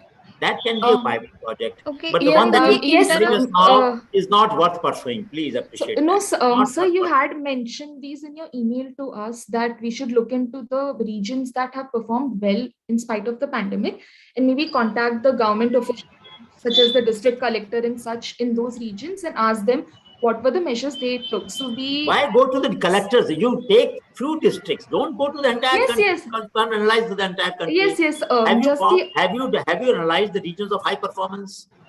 Yes, so sir, we have analyzed the performance and we have found that the But this Punjab has data is performed. old. The data will not be available for you. Post-COVID data is not available as yet. It is available, sir, for 2021. If 2021 is available, then which regions did you find which are performing The well? Punjab is performing well They are not. in all of the Are you going to categories. study? Are you going to go to Punjab to study the schools there? Sir, but the data is available for What is the different point? schools What also. will you analyze from there? Sir, the data Punjab that we ranks have so low. analyzed Do shows you know? that the performance of Punjab is better in various districts. Data from the data that we analyze, we are telling you. What is the point now? What will you do now? With you have already analyzed the data. What will it lead to change? Tell me. Maybe we What can lessons will approach you those draw from districts and ask them about what they have done to improve the performance even during the pandemic. And maybe then we can share this data with the NGOs. My suggestion is you just start from the point where you have identified the districts of high performance. All right. Your project should begin from the point of identifying hotspots of high performance. Second goal will be then to identify the factors which have led them to high performance. And third goal is then to replicate those lessons in the districts where they have poor performance. I think if you redefine, reorganize your project in this manner, it becomes meaningful. Otherwise, you will probably spend 3/4 of your time in analyzing data. Hardly 1/4 time will be left for what the main substance of your project is. You understand my point? Is it clear or not clear? Yes, sir. So kindly focus on your project should start from finding out the high performing regions. And then you can look at whether the girls have done better, women, boys have done better, which class has done better, what pedagogies have they used. For that, you have to interview both the teachers and the district education officer. Yes, sir. That interview will have you have not mentioned any interview in your methodology. You're only relying on secondary data. Secondary data, we all know what it contains. What insight will it give you? Secondary data does not include the pedagogies used by the teacher. Does it include? Tell me. No, sir. So then what will you tell the low performing students? Go and study Jalandhar and then find out what Jalandhar has done. That is not the recommendation, you know. So my request is to make your project more meaningful. Do some interviews with the district education officers, with the teachers that you can find on the social media, and contact them in the regions where performance is good and learn from them. Even if you do just that part, your project will help you to learn a lot about society and why things work well, even in the conditions when things are bad. And we will all learn from that. That's all my request is to support. Please. All right? Yes, sir. Yes, sir. Try to read. Slight refocusing. I'm not trying to change everything. Yes, sir. Just slight. Yes, sir. All right. Okay. Next one, Okay. please. Professor. Hello, good evening, sir. Wait a minute. Conflict. Who is the next one? Sir, Seema Begum. Kiran, sir. Nosum Seema Venkat. Begum. Nosum Venkat. All right, Nosum. Hello. Yes, go ahead. Is my screen visible, Professor? Nosum Venkat Kiran, sir. I'm trying to see Nosum's. There is the view option. Okay, Nosum. Yes, I can see that. Okay, sir. Thank you, sir. So the title of the project is Study and Development of a Water Filter using the RHA sand, clay, and sawdust composition. So I will directly go to the objectives and the compositions methodology. Yes. Sorry. Yes. So the material we are planning to use was the first one is the rice husk. So which we will roast it and then turn it into ash. And this rice husk ash was planned to make it into a bed, and then through this, with the help of this, we are planning to filter the water. So in the literature, there are many studies which shown that it is helpful for clearing the lead, mercury, arsenic, and other microorganisms. So along with this, we also are planning to make another bed using the composition of sand, sawdust, and pottery clay. So the final objective was to create two beds. One is with the terrafill bed, which will most efficiently remove the iron content and the turbidity. Along with that, another layer of RHA bed will clear the contaminants like lead, mercury, and other heavy metals. So we would like to prepare two beds, combine them, put it in a holder, and then dry it, and then curing it, and then design a two-stage filter cartridge system. So that's how we are planning it. So this is some design of the filter holder. That's okay. That you don't have to go just now. And this is how it will help the community, as it is a zero wastage, water wastage, user-friendly, green technology. Very good. And no electricity. That's it, sir. Thank you. Thank you. Next one, please. Thank you, sir. Yes, sir. I am Yusuf Tiwari. Sir, we are waiting. Just a minute. Wait a minute. Hello, Seema Begum. Next one is Seema Begum. Let me find out next slot. Hello, sir. Good evening. Seema, what is your number, slot number? 13. No, so then we still have 10 and 11. I am Seema Begum from Hello? CSR Wait a minute, National Seema, wait a minute. 11 and 12 are still left. Sir, this is slot number 10.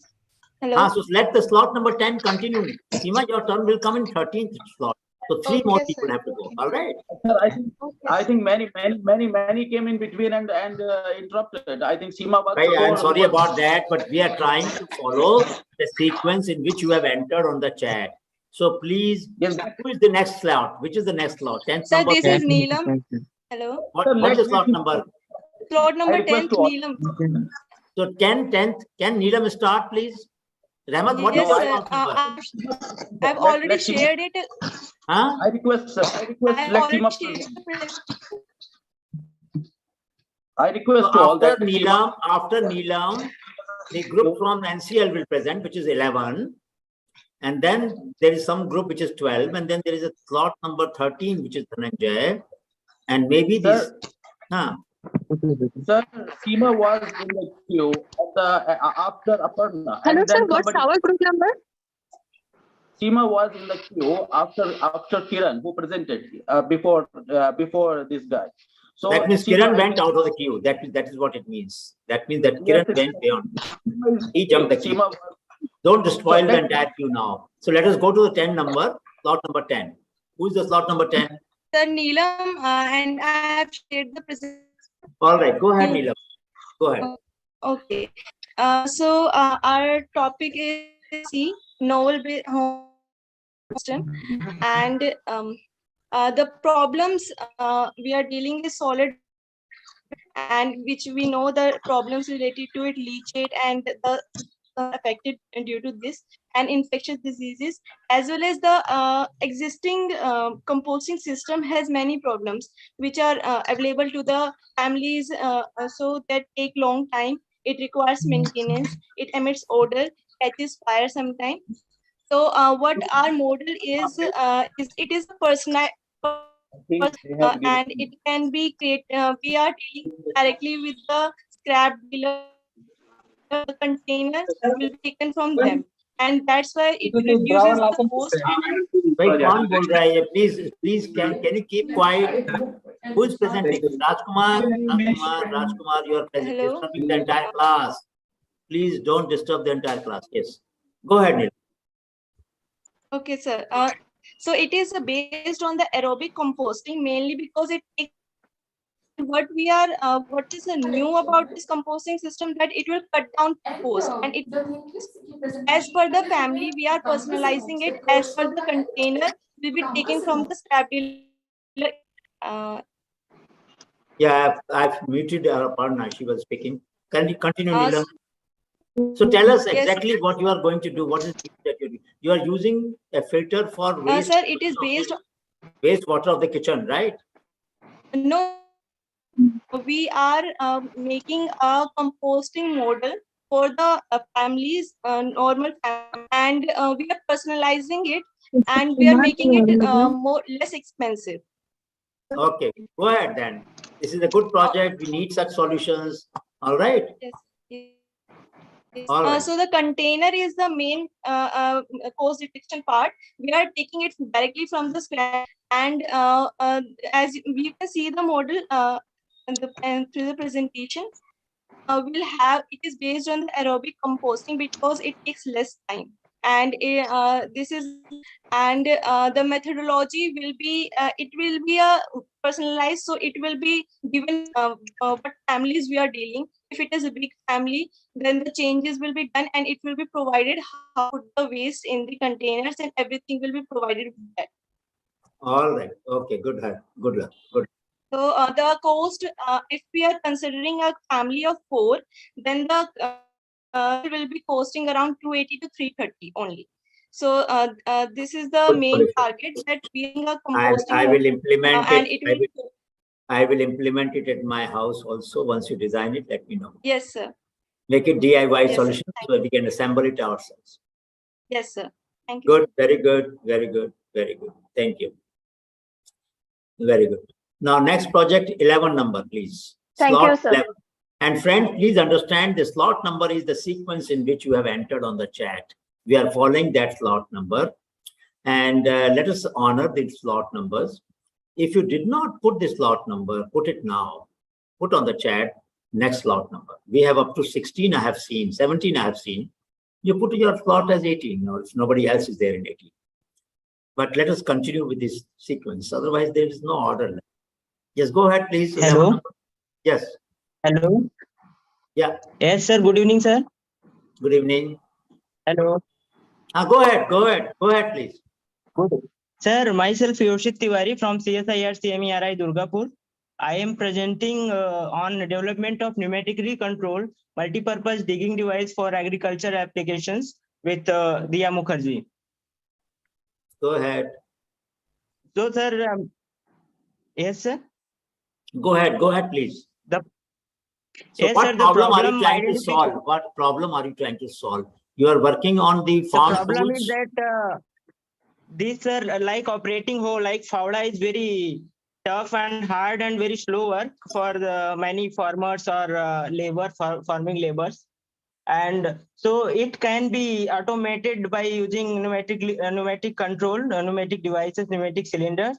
And also it can, the productivity of this operation can be increased, which is generally frequently used in agriculture application. Also along with this, if we have, generally we used to saw in industries, there are a lot of automation with these pneumatic cylinders, but in agriculture industry, there is no application as such I can see.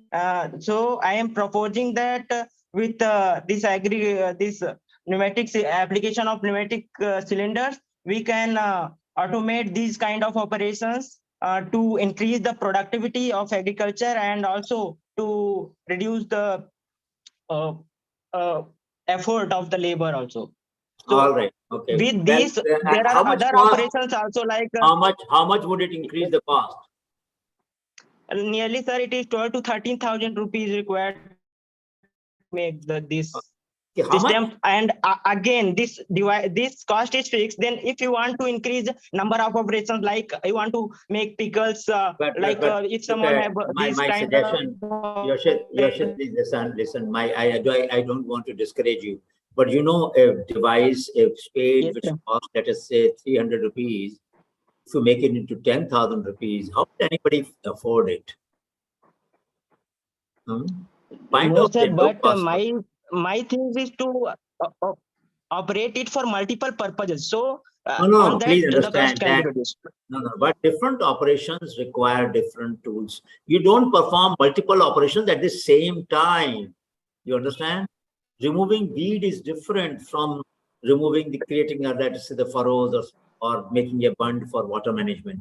So please look at this my problem. proposal is, sir, like, sir, yes, sir, but my proposal is to change the device, like cheap tools we are making, and just to put at the head of this device, and then we can operate. We can make some fixtures to again very cheap fixtures to automate more and more application. It's worth trying. Just try to keep the cost low. 10,000 rupees is paid, nobody will buy. Sir. Please understand that. That you should remember. And also, sir, to like I have also proposed like some post processing, food processing, micro business. If someone want to start and they don't want to buy big machines, so they can start with this kind of application. So the end of introductory and to the farmers, and they can learn this and they can use, and they can also make tools by their own. Okay, all right. That's a good thought. Good thought. All right. This is my all right. Yes, go sir. ahead. Go ahead. I'll encourage you fully, because there are very few people who work on the problem of farm workers. So you are the only one. Yes, sir. Farm worker. Go ahead, please. Go ahead. Thank you, sir. Thank you so much. Next one, number yes, 12. Hello, sir. I'm John T. Yeah. So we are from NGRI. So we are working on problem and management flood in a case study of Assam. So but what will you do? Just tell us, because floods are a natural phenomenon. Yeah, yes, sir. I remember I discussed with you that the over space, it is a problem of risk. Over time, it's a problem of uncertainty. Now, what is the specific contribution you're going to make for management of flood? Which dimension of flood will you manage?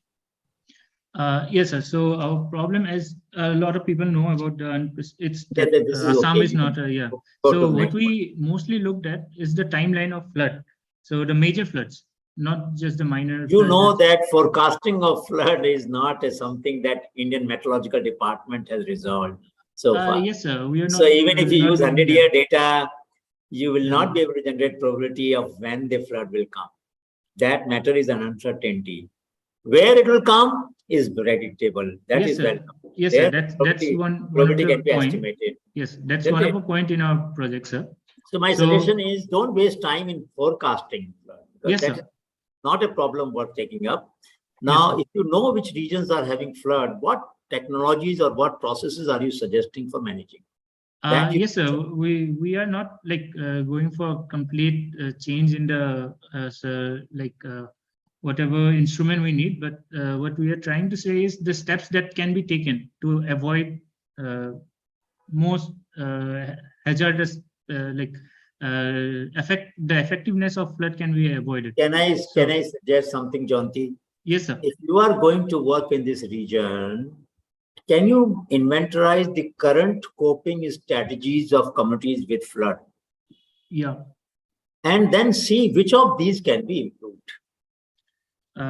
Yeah, so your starting point should be, your starting point is not data about when the flood occurred and all that. That is well analyzed, everybody. There are a lot of publications on that. What we need to know is what are the current strategies. For example, some people use floating nurseries. Some people have high mounds so that water, or some people have houses on the slings so that the water can go through under the house, water can pass through, isn't it? Yes, sir. Yes, sir. So there are different architectural and there are different paddy varieties which rise with the water. Lauren 10 gene is there. So there are different kinds of solutions that people are using. You, with your skill and background and interest, pick up some of them after listing them and try to see how you can improve them. That will be a useful project. Sir, actually, our perspective was a bit different than this. So if you could just listen to that point. I have gone through your project, you know that, and I've written to you about it. I mean, I'll go through that, but we do not want simply a statistical analysis. What will it achieve? So don't think you know this problem well as studied. Yes, sir. So what we were thinking is to update the whole map of this hazard Assam, like in the Assam area, and consider a lot of things which are not considered in making this map. So that would help. Such as the first thing is there are a lot of work, but every time what even the latest ACSIR 2019 has said is that everyone is trying to control the Brahmaputra's flow or the flow of the tributaries of Brahmaputra, which is very difficult. But trying to adapt to it was what we were trying to do. And I completely agree with you on that. That problem is not, I mean, there is a Delphi study done in Bangladesh. They found that flood is not the problem. Yes, sir. The problem is the mechanism of coping, where some coping mechanisms are better than others.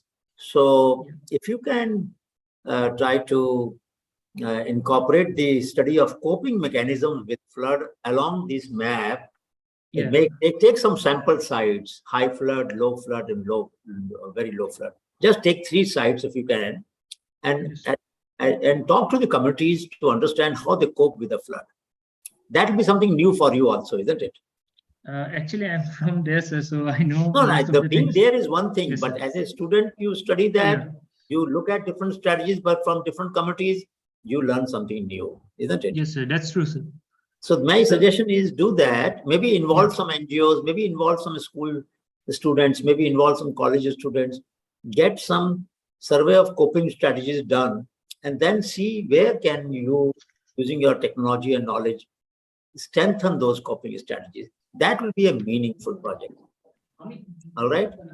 Yes, sir. But the thing is, we were trying to educate the people who are the local ones. Even why I'm saying, before you educate anybody, look at what they're doing today. You made a very good point that the purpose is not to control flood. Purpose is to cope with flood. Now find out what people are doing to cope with the flood. Isn't it? Yeah, sure, sir. And then see which of those strategies are weak and which of those strategies are amenable to be strengthened. So, but the basic thing is what they are doing is they're placing their houses at places which are very high probability for flood at the channel of the river. So, which is, if you say to anyone that we are affected, it's no one can help you because you are on the flood plain, the main but Jonty, you know poverty of this region. You know the poverty of the region. That's true, sir. You know that people do not get land rights easily. So poor people will always go in the most vulnerable places. This is the trend all over the country, not just in Assam, all over the country. Wherever the slums, where do slums come up in city? Where there's a dumping yard. Exactly. But that is the place which is the least value. Nobody wants to go there. So poor people go there. You understand? Yes, sir. So please appreciate that reality. Now, if you can give them a strategy by which their homes can last a little longer than what they do now, maybe there is a way out. Maybe you will help them. Otherwise, they will say, sir, you are all right. You can tell us, don't make it. Tell us where should we make it. Give us a place. That's what they will ask. Then what is the answer we have? We have no answer. So my suggestion is that you have picked up a good problem. Yes, try to study how people cope, even in the vulnerable conditions. And can we do something? Can we add some value to their strategies so that they can cope better? That's all I'm saying. Yes, sir. We did study about that. Like we did a background reading on those, like whatever you mentioned about. Changing, Yes, sir. creating correlation of flood and rainfall and temperature. What will we do with this data? Please tell me. This is well studied. Indian Meteorological Department, your own institute has done so many studies of that. That will, I mean, you can do that if you want to do for academic purpose, but communities know this, where the floods occur. They know that, and you also know it, and your map also shows it. So why don't you begin from the point where you know which are the regions of high risk and low risk and moderate risk, and talk to at least 3 communities or 3 places where people are coping with it. At least talk to 3 communities and see whether you can add some value to their strategies. I'm repeating it 4th time. Yes, sir. Kindly try. I did. Good luck. Sure, sir. Sure, sir. Thank you. 12, group 12. Sir, this is 13th slot. Can we check whether group number 12 is there? Just wait a minute, Seema. Anybody from group 12? No? Then go ahead, Seema. Good evening, sir, and good evening to all. Is my screen Just one second. Seema, let me see. Yes. Now, let me tell everybody, when you find a wrong PPT on your screen. 13 was ours, sir. Hello. Yes, pick up one. Hello. Wait, just wait. Dhananjay, are you saying you were earlier than Seema? Yeah, we have given 13 slots. But Seema, do you also have 13? Yes, sir. Already I put in chat section. No. Was your term 13th or was it later on? 13 was, I have already. Dhananjay is 13. Seema, you have to wait. Dhananjay is 13. Okay, let us wait. Okay. Please, don't change your sequence. Don't change your sequence. We don't want any. Seema, have you put your name on the chat at all? Yes, sir. You have put it, then check what was the slot number before you check in the chat. Your slot number will be next to the one which was above. All right, just check. Yeah. Okay, Dhananjay, start. Okay. Good evening, sir. This is Komal, and we are presenting slot number 13. So the title is: Are the slides visible, sir? Yes, I have made it visible, but I'm telling everybody under view option, look at the name of the person who's presenting, tick it, and then that slide will be visible on your screen. On my screen, I'm seeing the slide of Dhananjay, Komal, Minal, and Tejas. Because I went to the view option and tick marked one that is presenting. That all of you can do that, then you will have no confusion about it. Nivedita, we have not come to the 16th number. We are still at 13. Please appreciate. Start, please. Continue. So the title is Investigating a Novel Method for Bioconversion of Lignocellulosic Biomass into Simpler Sugars. So we all know that avoid general points. Avoid general points. Come to the main point. Okay. So, sir, there is an need to seek the alternative fuel, right? So we are focusing on the agricultural waste problem, which is a lignocellulosic biomass, and we are trying to convert it into bioethanol. But we know the process of production of bioethanol involves these many steps. The major work of our topic is focusing on the first step, which is pre-treatment of lignocellulosic biomass. What we have observed to the literature is that the chemical, physical, and other approaches to lignocellulosic biomass, they have certain disadvantages. Starting से start करते हैं तूने presentation भेजी मैंने reply Sriram, please wait. Carry on, please. Carry on. Okay. So these pre-treatment processes have their own disadvantages, and another approach to pre-treat this lignocellulosic biomass is through microbial pre-treatment. Whatever the literature we have did, we found that the microbial pre-treatment, it takes time and it is slow. So the main motto of our work is to reduce the pre-treatment time. For that, we have designed our work in such a way that we will be collecting the lignocellulosic biomass firstly through NCL premises, which are closer to our location. And we are pre-treating using the microbial consortia from where we have collected the biomass itself. And after pre-treatment, we will analyze the, we will hydrolyze the lignocellulosic biomass which has been loosened up. And after hydrolysis, we will analyze the. But tell me, just answer one question. But just answer one question. You are developing an industrial process which is developed well. You are trying to improve it. Yes. What does it contribute to societal interest, societal problem? That way, any project that labs do has some societal impact. Every project has. There is no project which has no. But question, our purpose in this course is to look at the unmet need of our society, the disadvantaged people. That's why it is called CSIR-800.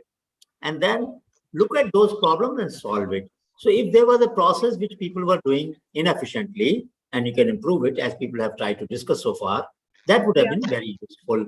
But describing an industrial process in which you will improve the microbial processing of the raw material and better ethanol production, that is not the societal project. Please appreciate that.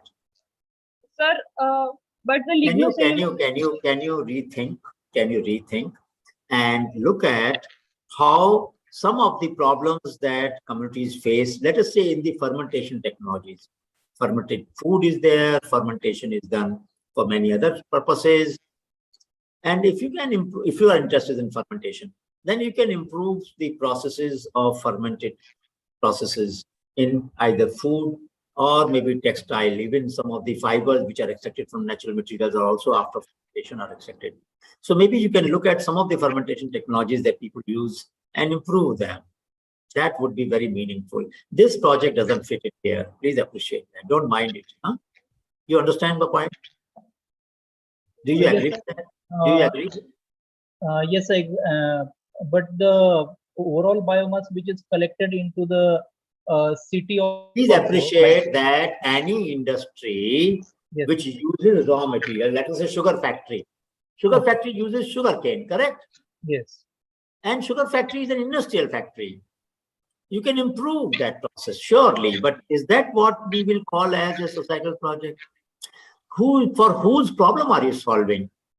If you were solving the farmer's problem, if you were solving somebody else's problem who's not able to get a proper price for them, then I understand. But factories which are buying biomass, they will process it now and they will use it. That's an industrial process. Along with this biomass, we will be collecting the harvest, the products, agricultural waste, which is left. My suggestion is, if you want to focus on agricultural biomass, and if you think that it can be, some people are working on that already. Some are making packaging materials, some are making paper, some are trying to make better compost. You can look at which aspect of biomass management at the farm level, or at the forest level, or at the ocean level, where seaweed and other biomass come. Any of the places, ocean, forest, mountains, farms, whichever area. In situ production, in situ processing of biomass, if you can do, it's a dire need of the farmer. They want better composting of biomass, faster composting of biomass. Some groups are working on that. You can also work on that, because that's a serious problem. Huh? Can you do that? This is Neenal. Yeah. Sir, actually, we want to focus on designing the microbial consortium. So will it be? But please appreciate this. It is for industrial purpose. It is not a societal problem. I'm saying that if you want to work on microbial processing, please do it for the in situ processing of biomass in the field. That is very important, like composting. Composting will require fermentation.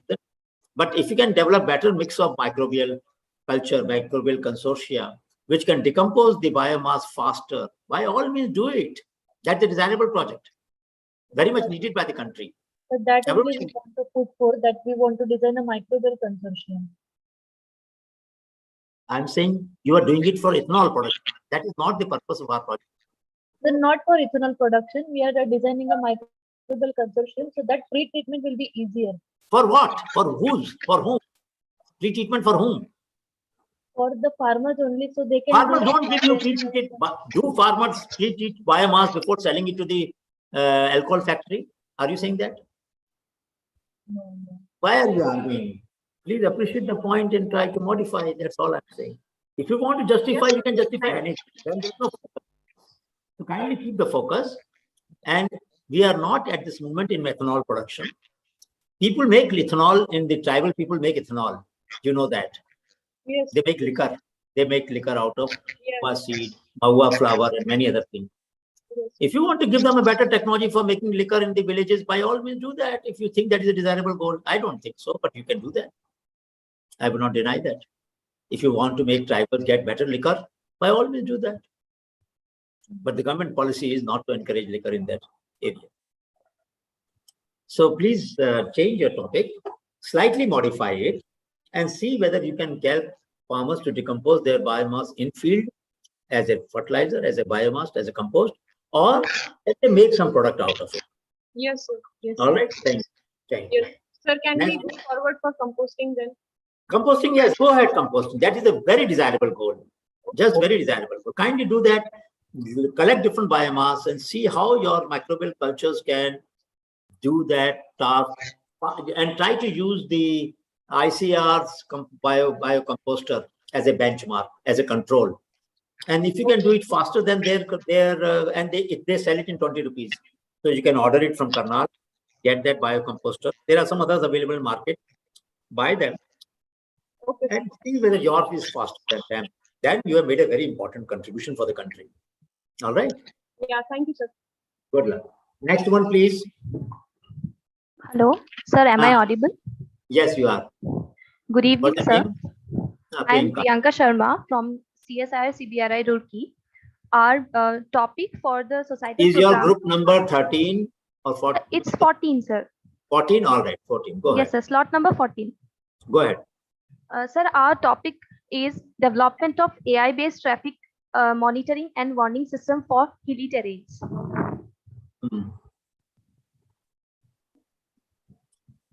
Now, there are, I mean, you know Excuse the me, problem sir. in Hilly.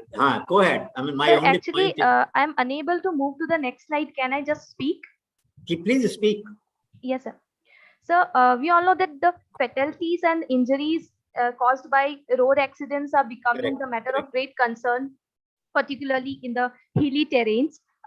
As per the report that has been submitted by the Ministry of Transport and Highways, it has been seen that the in the hilly states of India, the average death rates per 100 accidents happening is 44, which is more than the national average of the national average of the death rate of country, that is 36 death per 100 accidents.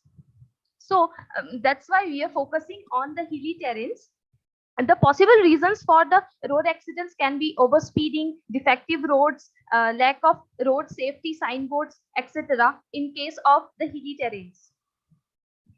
Next, it has been observed that the blind turns are the most vulnerable spots to accidents. So we all know that in case of blind turns or blind turns or the bend shapes in the hilly areas, the vehicles cannot be visible to each other, and in such cases there are chances of accidents. So the possible solutions can be the improved convex mirrors that are being used in many areas. Other than that, improved safety signboards or the traffic monitoring, etc. So today we are going to talk about the traffic monitoring. We are going to propose a traffic monitoring based on AI model. So this is our proposed AI model. Firstly, using cameras, it may be normal cameras or infrared cameras. So these cameras will be capturing the spots, the both sides of the blind turns, and from there each per second images will be captured, and we are going to actually prepare a model, an AI based model using YOLO algorithm. and that will be the input to that model. The capturing data will be the input to the model, and this model will be providing us the number of vehicles counts that are available in one side of the turn. So based on that, there will be the signal generation. Those signal generation, I'll move to the next slide. From that signal generation, basically, we can tell whether when there are more number of vehicles at that time, we can give a warning of being careful to the other side of the turn. This way, when there is no vehicles observed in one side of the turn, there will be a green signal. This way, there will be a warning provided to one side to the other side. Thank you. Very good. It is practical. Who will use this? I mean, will it be embedded in the traffic lights on the corner? Is that what you're saying? Yes, sir. Basically, at the particular blinds turn or spot at a particular distance after certain, we need to do a survey on this. Based on that, we can like put the this whole system which will be developing. All right. Now we have a small problem. Prashant, you said you have been waiting for long. Which slot do you have? Wait a minute. Just wait a minute. Wait a minute, please. Wait a minute. We have some slots. Some people have put the names on the chat, and I'm trying to follow that. Prashant, which slot did you have? Because I did speak your name. Sir, sir, on the behalf of Prashant, I will give the presentation. Sir, we have booked the slot number 18. 18, you have to wait. But we still have 15 number. So who is 15? So we are slot number 15. And can I speak, sir? You can switch wait a minute, presentation from Mr. Ravi Seema, Singh. what is your number? Wait a minute, please wait. Please. Seema, what is your number? This is not a serious thing. No, we are waiting. We were in the perception. We are at number What is the 13. number? Rahmat, please speak up the number of a slot. What number? Slot number 15. So we are going to 15 number now. Who is 15? Sir, we are over here. Mr. Ravi Singh. Wait a minute, please. One by one. Rahmat, what is your slot? Which we were given 13. Now I wanted to know which one is ours. Which one is ours? Yours was 13. Yes. Yes, sir, because I think there was a mistake. By mistake, two people have selected 13 slots. So when All should right. I have Then, to give? so if yours was 13, then go ahead with 13. All right. Okay, sir. Then, Thank you. Yeah, go ahead. Good evening, sir. This is Seema Begum. Am I audible? Hello, sir. Yes, you are. My screen is. Hello. Yeah, go ahead, please. Sir, I am Seema Begum from CSR National Geophysical Research Institute. So I am presenting from behalf of Group 7. So our topic is to reuse of plastic waste as bricks. But Seema, you know that hundreds and thousands of projects have been done on using plastic waste as paver tiles, as bricks, and many other all around the world, not just in India. So what is new that you want to do? It is well-known method. Okay. New, we are not doing anything new. So in our campus, there are a lot of trees, and also in our institute or in anywhere, plastic is going to be increased. So our problem is to reduce the plastics waste. So in our campus, Seema, our role is not to improve the environment of the campus. That is the goal that you should pursue independently, and every campus should pursue that. Our goal in this course is to encourage you to look at the problems of society and address them. Now, if you can find a better method, more strength in the brick, which is better than the available technologies that are being used, you can mix some low-cost polymer in it, which will give better gluing ability, etc., etc. By all, it will require less energy in heating and then compacting. Then it is worthwhile. But if you're going to use a conventional method, which is well known, Seema, then it will not be the best use of your group's time. You understand my point? Actually, sir, this is a low budgeting area, and we can organize with a local staff to improve and So means my plastic waste. suggestion is you should Okay. have first a review of the existing methods of making brick out of plastic. All right. Okay. And then propose improvement in this method, either in the formulation or in the polymer that you may like to add, or in the temperature or in the compaction system.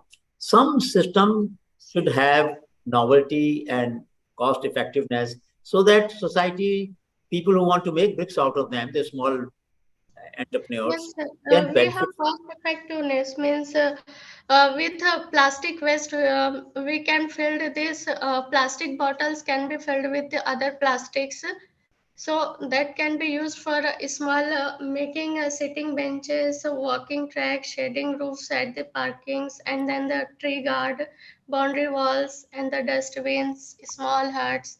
So there are many uses. Means we can reuse these things using the plastics bottles and other plastic waste. So it would be good for the environmental. Please know that Okay. bricks making out of plastic is good for environment. Everybody knows it. Did you understand the point I'm making? Did you follow what I'm saying? Okay, sir. I'm saying that the process that you use should have improvement in either the materials that are being used or compound that chemicals that are being used, low cost chemicals that are being used, or in the temperature at which you are trying to make maybe lesser and less energy is used, or it is the compaction system, or somehow the either the some way in which this becomes better. You know that Yes, Government sir. of India has already allowed use of plastic in road making, in tile making. So many uses are already available and people are using it. There's a policy for that already. Now, Yes, your sir. project should lead to some improvement in what we know already, isn't it? Yes, sir. Plastic bricks need industry base. We can means hydraulic temperature pressure they needed, but we are not going into that detail. We are planning to do on the local level using the plastics and some sand and the soil that will increase its strength, and then filling this in the plastic bottles, then making the small things with the creative things in public places or in our institute practically we can do. So this is our idea to I'm make only it telling you, I'm local. only saying just 1 second. Let me show you something so that you know what I'm saying. And this is my request to everybody. Look at the literature, 2018, 2017, 2016. There are so many people who have made plastic bricks from used water bottle, plastic bricks. So many papers are available on brick making, costing brick cost about 10 rupees. Now, there are people who have been making industrially. Now you have to either say my brick will cost 5 rupees or 7 rupees or 8 rupees, then it makes sense. But otherwise, there are people who are making, and there are methods available, and do-it-yourself technologies available, or at all scales, there are people who are making brick, one mold by one mold. So you are not talking about industry, we are talking about handmade. So many references are available. Why wouldn't you like to look at them and then see whether your technology, your method is better and more novel over them? That's all I'm saying. What is wrong in it? Seema, shouldn't you review literature on what has been done before? As a scholar, don't you always do that? We have not done these things before. That's what We I'm are saying. trying Seema, it is very clear to me that you have not done it. So my request to Yes, you sir.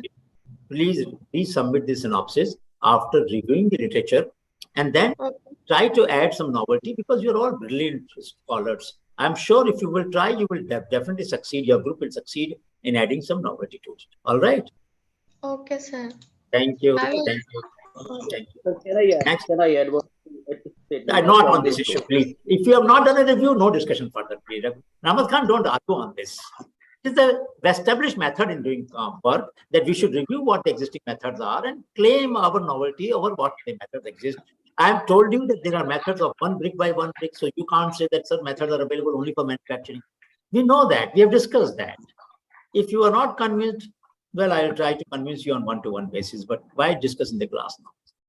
Okay, next, please. This is slot 15. Mr. Ravi Singh, please switch your displays to. Is it visible? Can I go ahead? 1 minute, Ravi, before you start. My request to Sunita and everybody else who feel that they have been waiting for long, obviously they'll be waiting for long because there is a sequence that we are following. If you put your chat number in the chat, your name, and you forgot to put the number, doesn't matter. Please find out what was the number before you on the chat. So your number should have become next, but you forgot to put the number. Doesn't matter. Tell me what number was yours on the chat and we will take you next. Not a problem. Kindly cooperate. Chaliye, next please. Yes, so we'll start again. This is Mr. Ravi Singh. I hope my slide is visible. Yes, it is. Okay, so basically I'm presenting in behalf of Group 11 from CSIR-NCL. We are trying to address one of the fundamental challenges faced by the natural products or herbal medicines. So in our particular presentation, we would like to discuss the idea started from a particular discussion in the lecture. So on the left, you can see the page cover of Elsevier Research Journal. From 2010 to 15, we had huge amount of studies getting carried out on herbal medicines and justifying their evidence-based validation. But unfortunately, there were some setbacks, and we believe that is the reason we are not really truly reaching to the highest potential of Ayurveda. Few of the things that we have found during our survey is that one of the basic principles of medicines, the dose that makes the poison. So basically, because most of the products are available from over the counter, non-proper dosage or improper medication by self-medication or such kind of activities.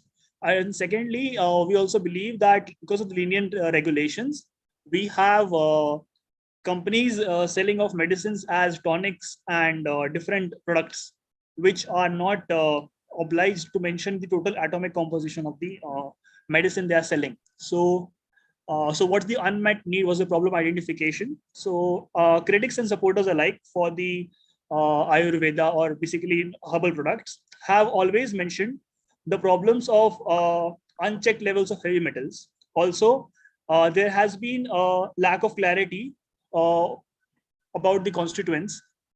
And secondly, and thirdly, we have a mist on the dosage and usage of such products. So we came up with this problem, and what we think is this will not only help the consumers, the society, but also the people who are manufacturing herbal medicines and products. So what are you going to develop? You are developing paper strips or some very low-cost detection methods?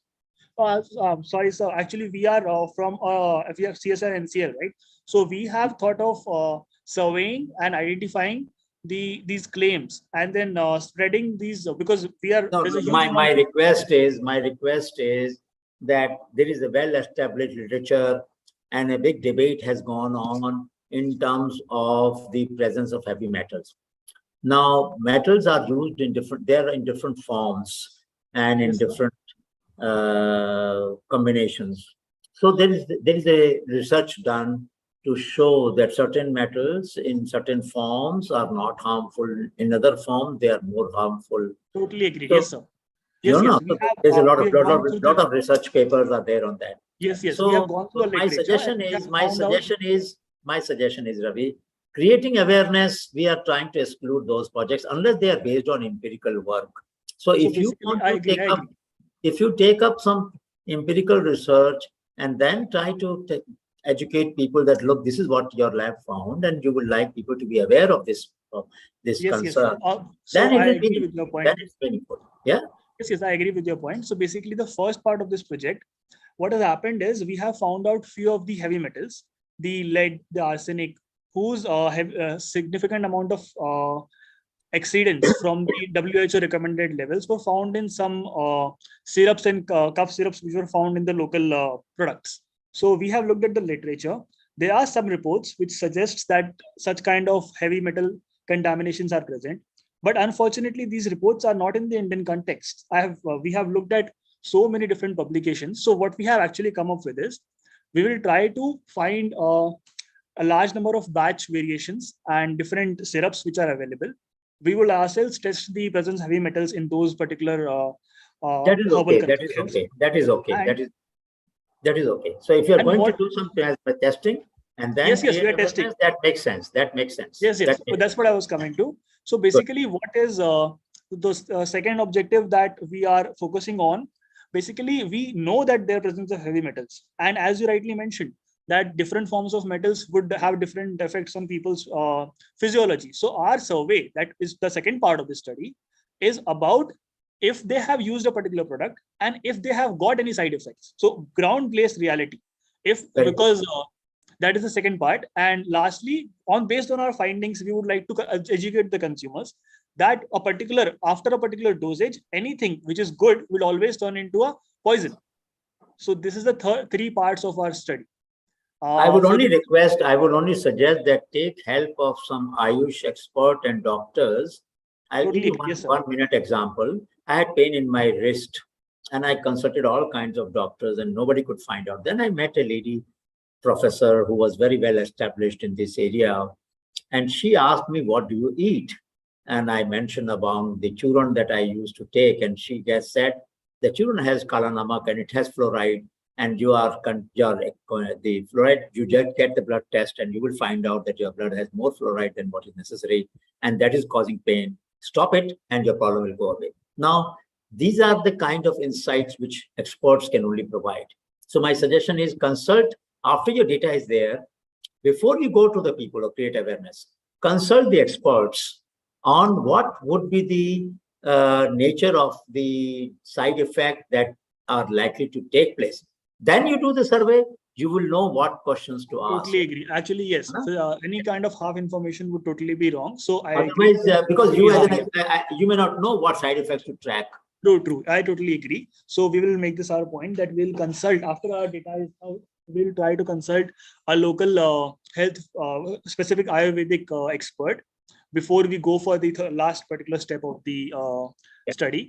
Yeah. So lastly, we would like to mention the impacts we wish to. So basically, as I mentioned, because these many uncertainties and non-clear picture of the local available syrups and tonics would be clarified through the study, we will have a strong effect-based, first-hand experience-based report. And as you rightly mentioned, we'll consult some of the experts. Also look at the guidelines of FSSI as well as basically, CG. We will make sure that it is medically accurate. Correct. And basically, through this particular work, we would also like to pave a way to improve the herbal products. Well, this may not be that much of a big study, but this may pave way towards that direction. Very good. Now, friends, we are going to extend this session because there are many people still left and we don't have too much time. So I'm going to request Dipjyoti, whose group number was 3, it seems, and somehow they did not have time to present. If anybody else has missed the group because they were much ahead of the others, they can write on the chat. Dipjyoti, can you go ahead, please? Dipjyoti, can you go ahead? Dipjyoti, can you go ahead? We'll go ahead. We are ready. Yeah, go ahead. Yes. So, this is on behalf of Group 4. Would like to give a synopsis presentation on formulation of a natural disinfectant from household fruit and vegetable waste and its antimicrobial activity analysis. So first of all, as we already know that the fruit and vegetable waste is can you come to the exact work that you will do, because general background we understand. Yes, exactly, sir. So actually we are disinfectant from household fruit and vegetable waste. The methodology will be like this. First of all, we are going to prepare a chart of names of vegetables that are being consumed by Indian people. And after that, we are going to collect those waste and process them for fermentation using different ratio of zazeri, yeast, and water. The ratio will be standardized after the quantitative analysis of alcohol content of the final product. And the fermentation process will be continued for a minimum period of 45 days. So after the minimum time period, we are going to filter the product, and the leftover residue we can use as natural fertilizer. And the filtrate can be directly used as disinfectant or for the enhancement of the aroma, as well as for the enhancement of the antimicrobial. Go ahead, please.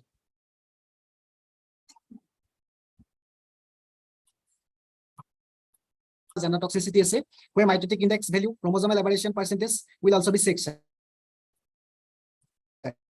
For clean floor, for disinfecting tabletops, for removing stains, from sinks or basins, etc. Sir.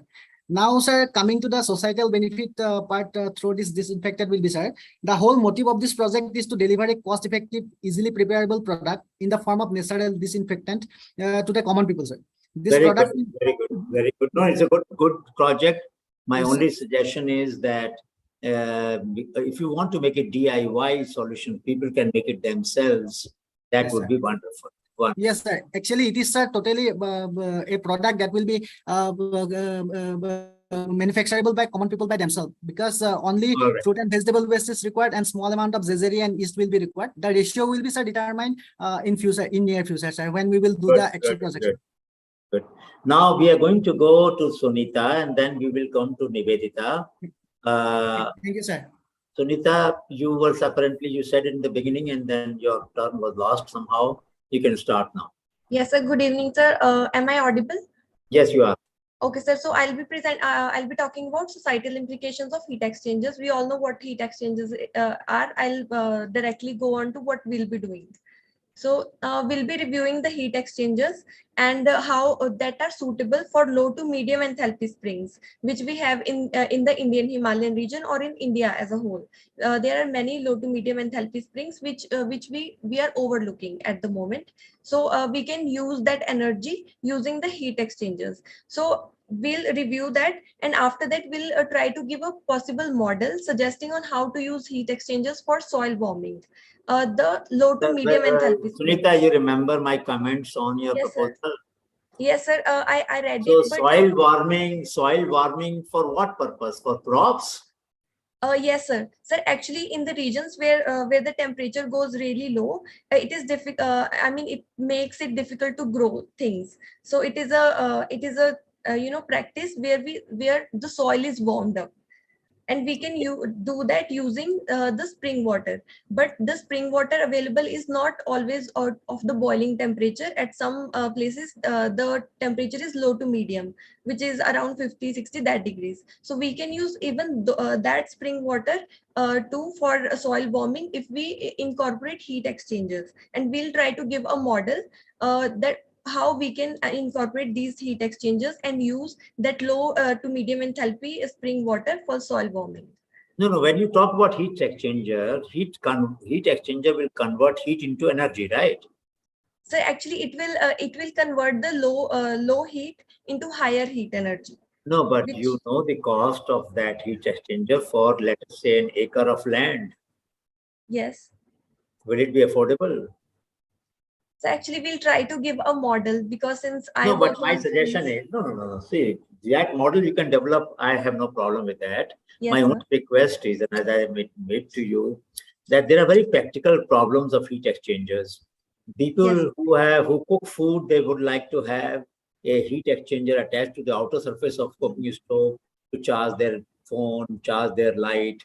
This problem, the Sashastra Sena Bal in Sikkim, our border security force, they also told us this problem, that they have very uncertain electricity and they want good heat exchangers by which the furnace heat can be converted into charge.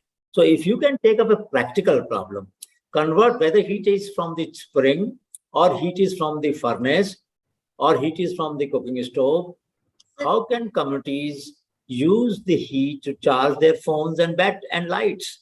That will be a very practical problem. Yes, sir, about the soil model, you still annex to your report, I don't mind, but something should go back to the communities. That's all. Actually, that is right. And actually, someone, Ismail, this person, Basil Ismail, he actually gave a model, but it is a BORC model. It is, in fact, it is more costly because it will. No, but my suggestion, Sunita, is that a model will not help the community, isn't it?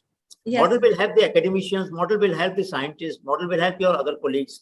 But Yes, we are trying to discuss is, can you develop a solution that people can use? Because with your intelligence and your experience of reviewing the hot heat exchangers, it will be very pity that we won't find another person who is so much interested in heat exchangers. Now we have found one, the group of yours. Why can't you slightly shift the focus of your project?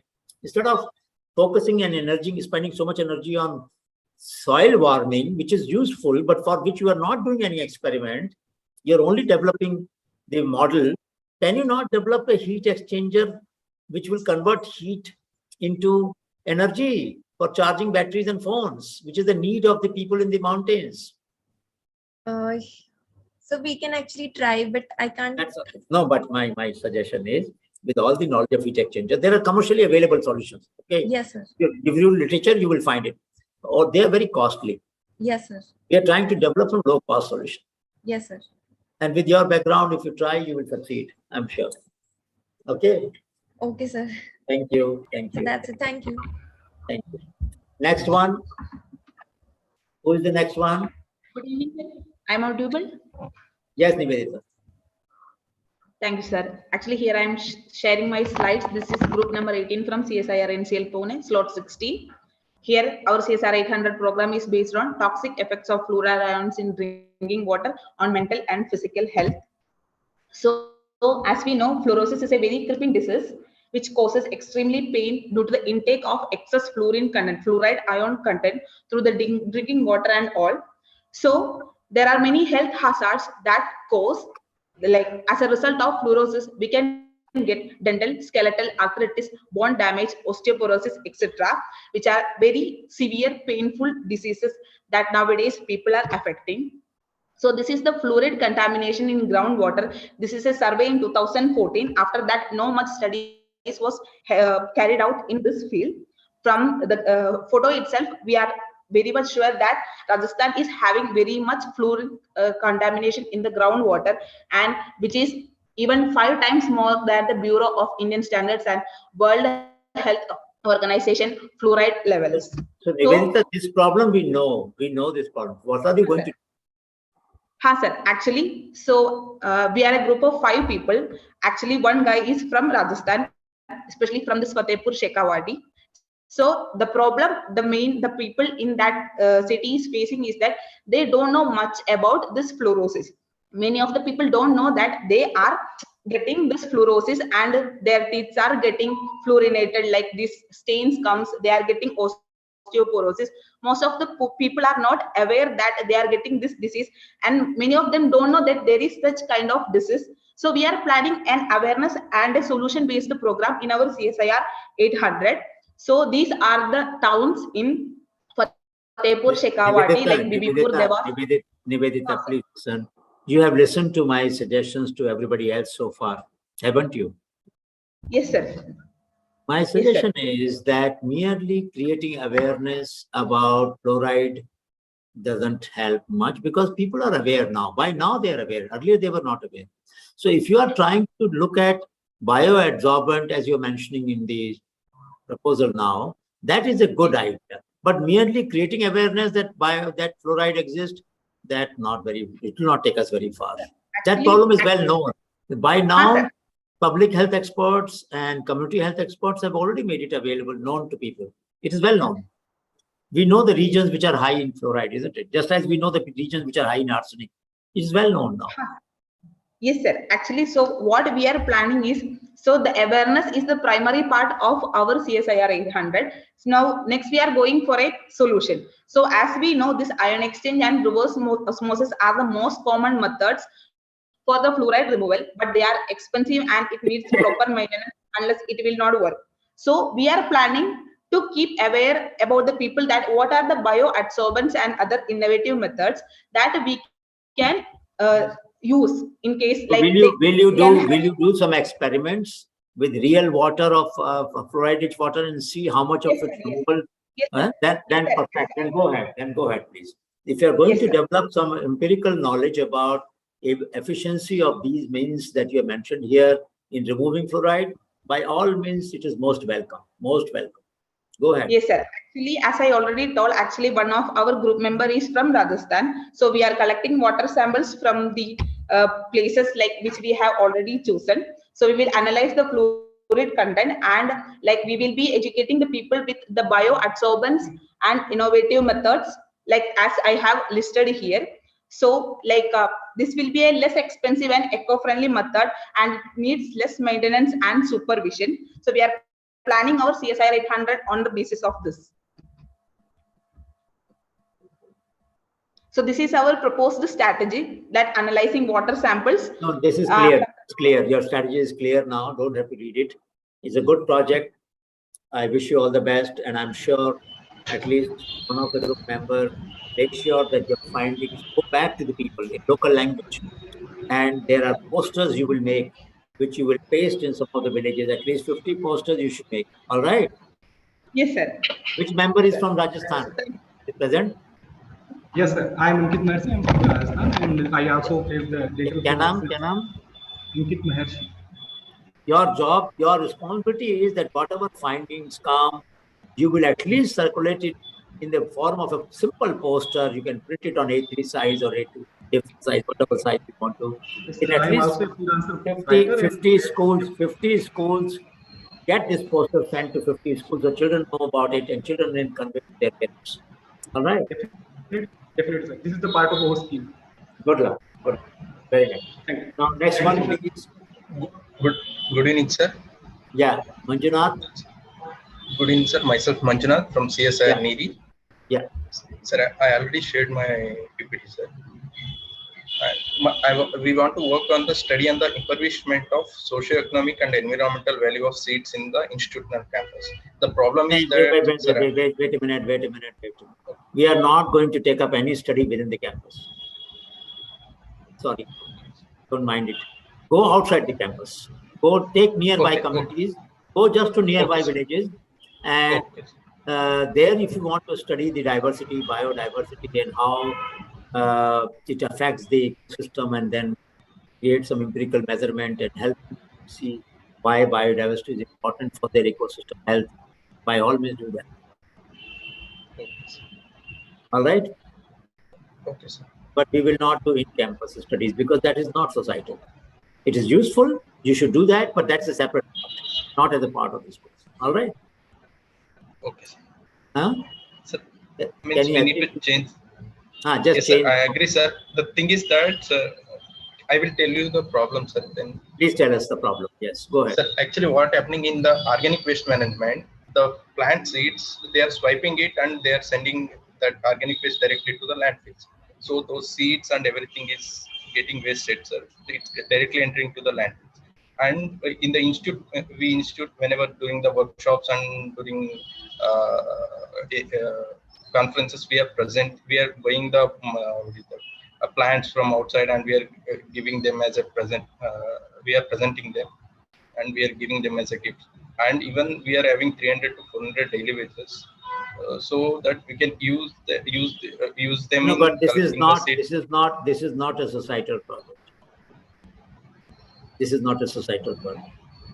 My request is go outside the institute. Do something. Sir, can we do the same thing outside the campus? Yeah. So if you can, for example, in the villages around your campus, you find that there is a seeds are getting lost and seeds can be collected from various biological activities going on there, which can be used for productive purpose. By all means, what's the problem? Okay, sir. We will change our study area, but we will go. Yeah. Thank you, sir. Thank you. So, next, please. Next one. Hello, sir. Good evening, sir. So Yeah. myself, Abhilasha. Yeah. Sir, am I audible? Yes, you are. You are waited for Yes, long. Sorry about that. Go Yeah, ahead. yes, sir. Yes, sir. Go Yes, ahead. sir. Myself, Abhilasha. I'm from CSIR-CBRI. We are a group of 5 members. So, sir, today we would like to present our topic. That is public sensitization. Before you start, the same comment I will repeat. We are not. Tell us. Go ahead. We are not, sir. We are not only spreading the awareness, sir. Actually, we want to do the survey outside of our institute in the Roorkee region. Sir, sir, what we have planned is that we will design a questionnaire and we will conduct a survey on the basis of that questionnaire, and then we will collect the data. On the basis of that data, we will analyze the data by the statistical tools, which will help us to know the mentality of people. Why they are not. Sorry. Please don't mind. What's the name you said? Sir, Abhilasha. मैंने आपको comment भेजा था ना आपके proposal पर? Sir नहीं sir. नहीं, मैंने भेजा था आपने किसको भेजा था मुझे याद नहीं है. But I replied to your proposal. I remember that. And what I wrote was that in Uttarakhand, it is well known I remember that this reply I wrote that Uttarakhand has banned single-use plastic. You know that? Yes, sir. And there's a widespread awareness that we should not be using it. Okay? Sir, actually, sir, ban. No, please, Vinith, before you argue, let me make the point clear. We are not going to study the lack of compliance with the regulation. That is not our purpose. We know that people are not following the restriction as much as they should. That we know. All over the country, that's a problem. A lot of shopkeepers, even though this is banned, they still continue to use it. That is well known. Now, question is not that. Question is, how will we solve the problem? You are not the behavioral change agent. You can be useful in finding uses of this plastic that can be made. And if you remember, I had mentioned earlier, certain kind of plastics are not collected by the waste pickers. If you can find uses of that plastic, like laminated plastic and others, which are not collected even by the waste pickers, that is a serious problem for our society. If you can find uses of that, it will generate income for the waste pickers and also find new solutions. Maybe you can develop some construction materials out of them. That's possible, I don't know. But merely analyzing the data about why people use it or why people don't use it, why they are not following, that is of no consequence. That will not affect anything in society because we all know why people are not doing it. There is nothing new in that you are going to find. So my request is to change the focus of your project, add some empirical work, some experimental work, and look at the problem of the plastic that are not collected. Single-use plastic is collected, and there is a market for it. So at least there is something happening there. But there are many other plastics which are not collected. Can you not take up those problems?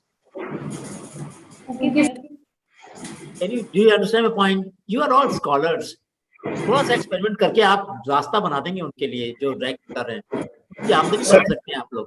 Sir हमारा ये सोचना था कि क्योंकि sir ये जो है ना, मतलब लोग इसके बारे में अवेयर तो होंगे ही, लेकिन गवर्नमेंट ने जो बैन किया उसके बारे में, क्योंकि जो अडॉप्टेबिलिटी है सर, जो साइकोलॉजिकल बैरियर है, मानता हूं, I accept that, but you are not psychologist, you are not behavioural change, you are not sociologist. आप क्यों उस एरिया में जाना चाह रहे हो जिसके अंदर आपका एक्सपर्टीज भी नहीं है और जिसमें कोई नया कुछ काम हम कर भी नहीं पाएंगे? मैं ये नहीं कह रहा हूं कि हमें बिहेवियर चेंज नहीं करना चाहिए, मैंने एक बार भी नहीं कहा। मैं ये भी नहीं कह रहा हूं कि कंप्लायंस नहीं होना चाहिए। They should have a more compliance of the regulation. But my point is that is not the area of your strength. Your area of strength is you deal with materials, you deal with processes, you deal with structures.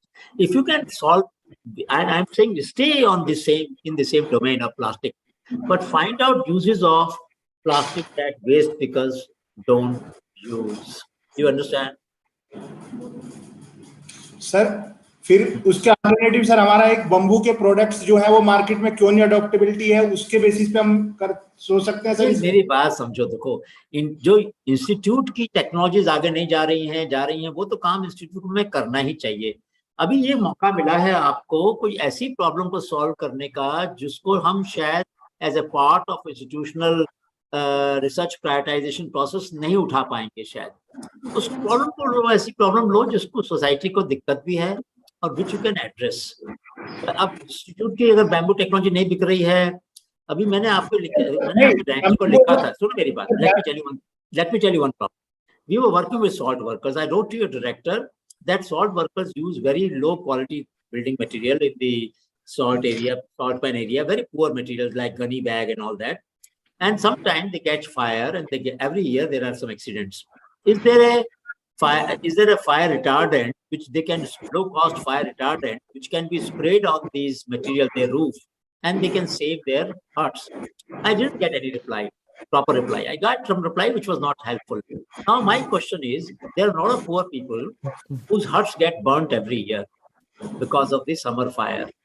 If you have a fire retardant and if you want to do some experiments on that and make it low cost available either as a DIY or as a low cost material, that will be very helpful for poor people whose huts get burnt every year. Take some real problem of buildings, poor building, low cost buildings of the poor people, and find some ways of improving it. Wouldn't that be a useful way of using your talent? So I leave it to you how you want to change your project. It is your entire discussion is yours, but kindly modify it. Okay, sir. Thank you. Thank you. Thank you. Next one, please. Good evening, sir. Yeah, go ahead. Okay. Yeah. Starting with the quote first, like it starts with me, then it will become we who can make this nation free from pollution, corruption, and many other forms. So I'm from CSR, Indian Institute of Integrative Medicine, Jammu, Branch Lab, Sanat Nagar, Jammu and Kashmir. So the problem we are tackling is save Dal Lake before it's too late, because time is running out. So here, I will not mention too much about it. I will just tell you, like, this is the biggest Dal Lake which we found in Kashmir, in the heart of Kashmir. And the inflow is from the various places. For example, there is Arha River, which flows in the northern edge through a dark and deep channel, so-called Telbal. There are various floating gardens, land areas, and marshy areas. What actually I'm concerned about is from beautiful, like what has been personified by the various scholars, various writers, perhaps in the world. There is no corner as pleasant as the Dal Lake. But what we today see, recently, my group mates, we are 4 in number, we had a visit to the Dal Lake and we captured some of the pictures from there. So I got a clue in my mind that was from pleasant to filthy. What we see, like 25 drains from across the Srinagar city are flowing their wastes into the Dal Lake. That actually accounts for 9,000 metric tons of waste annually, which is dumped into the Dal Lake. So what are you suggesting? So the aim of our study is actually towards the conservation of this Dal Lake, which is not possible by individual at a small scale, but actually it requires the collaboration as a whole. So we actually monitored the effluent charges at the different sites, from the Nishat pipeline, which is one bund, which is draining its water and the waste inside the Dal Lake. Likewise, there are others, for example, Sheikh Mola, there is Loom Village, there is others. We did some of the studies on it. Then my 4 members visited the different places. For example, we saw that there is mainly the sewage, there is agriculture runoff, soaps, detergents from houseboats, from the Hanji area groups which are residing in the nearby areas. There are various encroachment lands which had been occupied by the various people. We see the sewage, feces, runoff, sand, mud, and many other forms which are getting into the Dal Lake. So the first of all, our concern is to tackle the waste, because there are the various waste, as I mentioned. So can we actually rectify the mistake? So the possible conditions that could be, like, we know the waste management has provided as a scheme. What we can do, we can go the landfilling, but that is not possible because we are concerned here about the lake. So there is a waste compaction and there is a biogas generation. That could be the possible strategy which we could use around the same. And the first thing that I want to mention is like composting. There are the various organic wastes which are entering into the Dal Lake and they are making those weedy, thrashy scrons around the full floating gardens of the Dal Lake. The possible condition could be composting. We are planning to dig out some of the lands at the different sites and see what will happen to the organic waste that will be put inside it, whether that will be useful to be converted into the fertilizer or the manure that could aid the gardens which are in the nearby areas. The other part is vermicomposting that is possible in the area. Other part is the formation of the. Safia, you have explained the problem so well. You have also identified the factors. You have also identified the causes, and you have also identified some opportunities. Now, would you like to either look at the current methods of biocomposting or compaction and another thing that you mentioned? Right, sir. So recently we were studying some of the. Is that your purpose, to improve and give to the community, the shikara owners and others, how they can contribute? Yes, Not only they, but also people who live outside, the restaurant people, the hotel people, entire people on the boulevard who live there. They should all contribute to this, isn't it? Yes, sir. So it's not a contribution that a single person can do. What will you do? Will you develop better method of composting? Is that what your goal is? Yes, sir. I was thinking about the biodigesters because they had been used across the world. But what we are seeing here, we are having hardly one or two, and they are not operational. You can also think of. You can also think of whether compaction can be done as a conservation measure in the hill areas wherever there are landslides and all that. Can these bricks be used there? I don't know. I have no idea, but I think it's a good project. Anything that you do for increasing the life. Yes, sir. Recently, we also had a visit to SKICC. We had a conference there. We visited to the outskirts of the Srinagar city from that area also. We are seeing like a lot of garbage, polythene bags around, and I feel personally that it's not. If you want me to connect you to some officials there, I'll be happy to connect you to the people. Yes, sir, because I was personally thinking to connect with the Lauda somehow, but I couldn't make it to the reach. I met some of the people around. We also created some videos while talking to them. there are various people who are residing in the nearby areas, and it's not possible to do tell them visit to some other place and make your home there. So they are residing there. There is a waste from houseboats, there are waste from shikaras and many other sources. So there needs to be a cooperation from the society, from the government, and from the student level also, where we can collaboratively think on this problem and come up with at least some of the solutions that could benefit the society at a large and save the not only this lack. I'm talking like this could be implemented every place where we see why waste. Now, I will only mention that there are some machines that have been developed by some. Yes, sir, they are there, but what we see every day, 25 drains are some 9 billion tons of waste is coming again and again. Right, listen, Telangana, there are the machines which can remove water hyacinth from the lake, and then like that, there are some other solutions available. Maybe you should review the lake cleaning solutions that are available in the country and outside, and then make a case for using some of them. And at the same time, if you can also develop a digester which can digest the biocompost, maybe every shikara can have a digester and make gas out of it. Exactly, sir, because there is a methodology for the biodigester. It's not as difficult try to develop at least one prototype which is which can be installed on shikaras. At least one problem you can try to solve. Really, not all the problem may not be solved. All the entire cooperation may not be achieved, but at least I have never seen on shikaras a biodigester.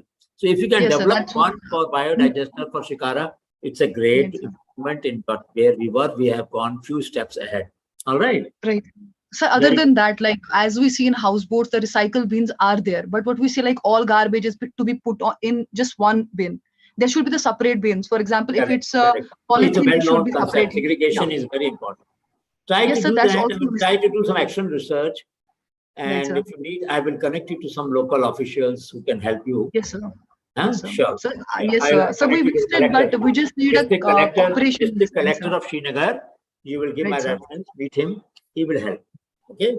Right, sir. Thank you, sir. Thank you so much. And we will, inshallah, implement at least one biodigester at the outskirts of 2 cars. Let's see how it works, sir. All power. Thank you. Thank you so much. Thank you so much. Yes, last one I think is Sachin. Anybody else left after Sachin? I guess no, sir. Okay, go ahead then, please. Oh, there is Catherine. Okay, after Sachin, Catherine. And then I think she's the last. Yeah, go ahead. Good evening to you, sir. Good evening. This is Sachin Karki from CSIR NIST. And for the ACSIR-800 program, our group has come up with an idea of using plant extract for improving the shelf life of vegetables and fruits. And what's novel about the work is the use of plants that are indigenous to the Northeast and not used before the same purpose. So the work title is the health benign approach. It's a very good project, Sachin. Tell us what are we going to do? This is a very good project. So, sir, as the current problem is the use. No, the problem is known. Problem is known. You tell us how will you solve it. That's all we need. If you can come to the slide where your solution is mentioned.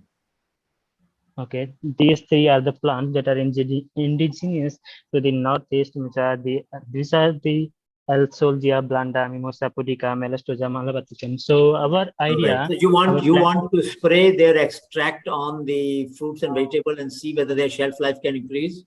Exactly, sir. Very good. Great idea. Great idea. Carry on. So sir, these plants have been researched. My suggestion is also review literature a little more extensively, because there are many uncultivated plants there. See if some of them can also be used. But even the one that you have listed are very useful. Go ahead, please. All right. Yes, sir. Yes, sir. As these group mates are working on one of these plants, so we have better idea of how to use these. Go ahead. We have the antimicrobial. Do let us know. We will like to popularize your solution in Northeast. All right. Okay. Very good. Very good. Go ahead. Next one, please, Catherine. Yeah. Good evening, sir. Go ahead. Good evening. Good evening, sir. We are students from CSIR CFTRI. I'm representing group 1. So the title of our project is Go Far with Iron Enriched Bar. So my slides are visible, sir? Yes, it is. It is. Hello? Yeah, go ahead. Go ahead, please. Hello? Go ahead. We can hear you. We can hear you. Catherine, Am I we can audible, hear. sir? Yes, you are audible. We can hear you. Are you not able to listen to us? Catherine, go ahead. Yes, sir. So the problem ahead. is, so the problem across the globe is iron deficiency anemia. That we know. How are you going to solve it? Come to that. Yeah, so our proposed idea is that it's not that we are not consuming sufficient amount of iron. We are on a daily basis consuming nearly 10 to 15 mg of iron in diet, but it is not getting absorbed. Why is it so? It is because of the presence of inhibitors like phytic acid and oxalates in the diet. So here our proposed idea is that we would be taking green leafy vegetables, which are like moringa leaves, gongura, and fenugreek leaves. These are available in every household, and every strata of the society, from poor people to the higher class of the society, can afford these leaves. So we have also considered the factor that vitamin C is an enhancer of these iron absorption. Correct. Yeah, so these leaves are equally rich in vitamin C. So to inactivate the inhibitors of iron, that is oxalates and phytates, we are going to just heat or boil these leaves. And after that, we are going to sun dry these leaves, and we can ground them into a powder, but the taste would not be favorable here. So what we are going to do is that we have also considered flax seeds, which is also again a source of vitamin C, and groundnut seeds, which are a source of majorly protein. So we can roast them and grind them into a powder. And jaggery is also again a rich source of iron. So we can melt this jaggery and add all these ingredients into it and make it into 3 different forms. Either we can convert it into laddu also, you can make it a peanut candy or chikki, which is locally called as, and we can convert them into an energy bar also. Overall, if we look at here, the raw materials and the equipment that we need here is not expensive at all. It is available. Catherine, I think the project is very good. I have one request to you. Yes, sir. Since this is something which you would anyway do, how many members are there in your group? So 4 of us are there, sir. For you. I would suggest that I talked to that this issue earlier also. I talked to one of the group members earlier. I'm going to request you. Yes, if sir. you feel motivated, then we can send you some samples from Kashmir, Baramulla, from Sikkim, and from Nagaland. If you can also analyze those foods and find out their properties and a better way of increasing their shelf life. That is one of the problems that people face in the community level. They have very nutritious foods, they are very nutritious recipes, but they don't know how to take them to market because they don't know how to increase the shelf life. So if you can find a non-chemical preservative way of increasing the shelf life of some of these food, that will be a great contribution to the economic life of the poor women in these regions. Can we send you some? Yes, sir. Yes, sir. Definitely. So send me a mail with your address and we will be able to send you some. All right. Yes, sir. Yes, sir. And we have also done the cost estimation. So this is a table showing the iron and vitamin C content, and we have approximately estimated the cost. We can say very low cost. 100 gram of this chickpea would approximately cost ₹7. So every class of the society can use this, and all the ingredients are accessible and they're cost effective. And not only to iron deficient patients, people who are suffering with inflammatory bowel disease can also use this product that we are going to develop, sir. Wonderful. Good show. So we have just crossed 8:36, which is fine. Everybody has presented. That's wonderful. And the quality of projects was extremely good this time, barring 1 or 2 which may need slight repurposing, but even they were very good attempts, very honest and very authentic attempts. Each one of you is trying to really solve problems which need to be solved and not which are easy to solve. So good luck to you all. Please do attend this session on first, because giving feedback to each other is as important part of it as learning from each other. So please, is there any other presentation now? I don't think so. We have already had this. So good luck to you. Good night to all of you. Happy Navratri, and happy. Thank you so much, sir. Same to you, sir. Same to you. And we'll meet again on first at 5:30. All right. Good luck. Sir.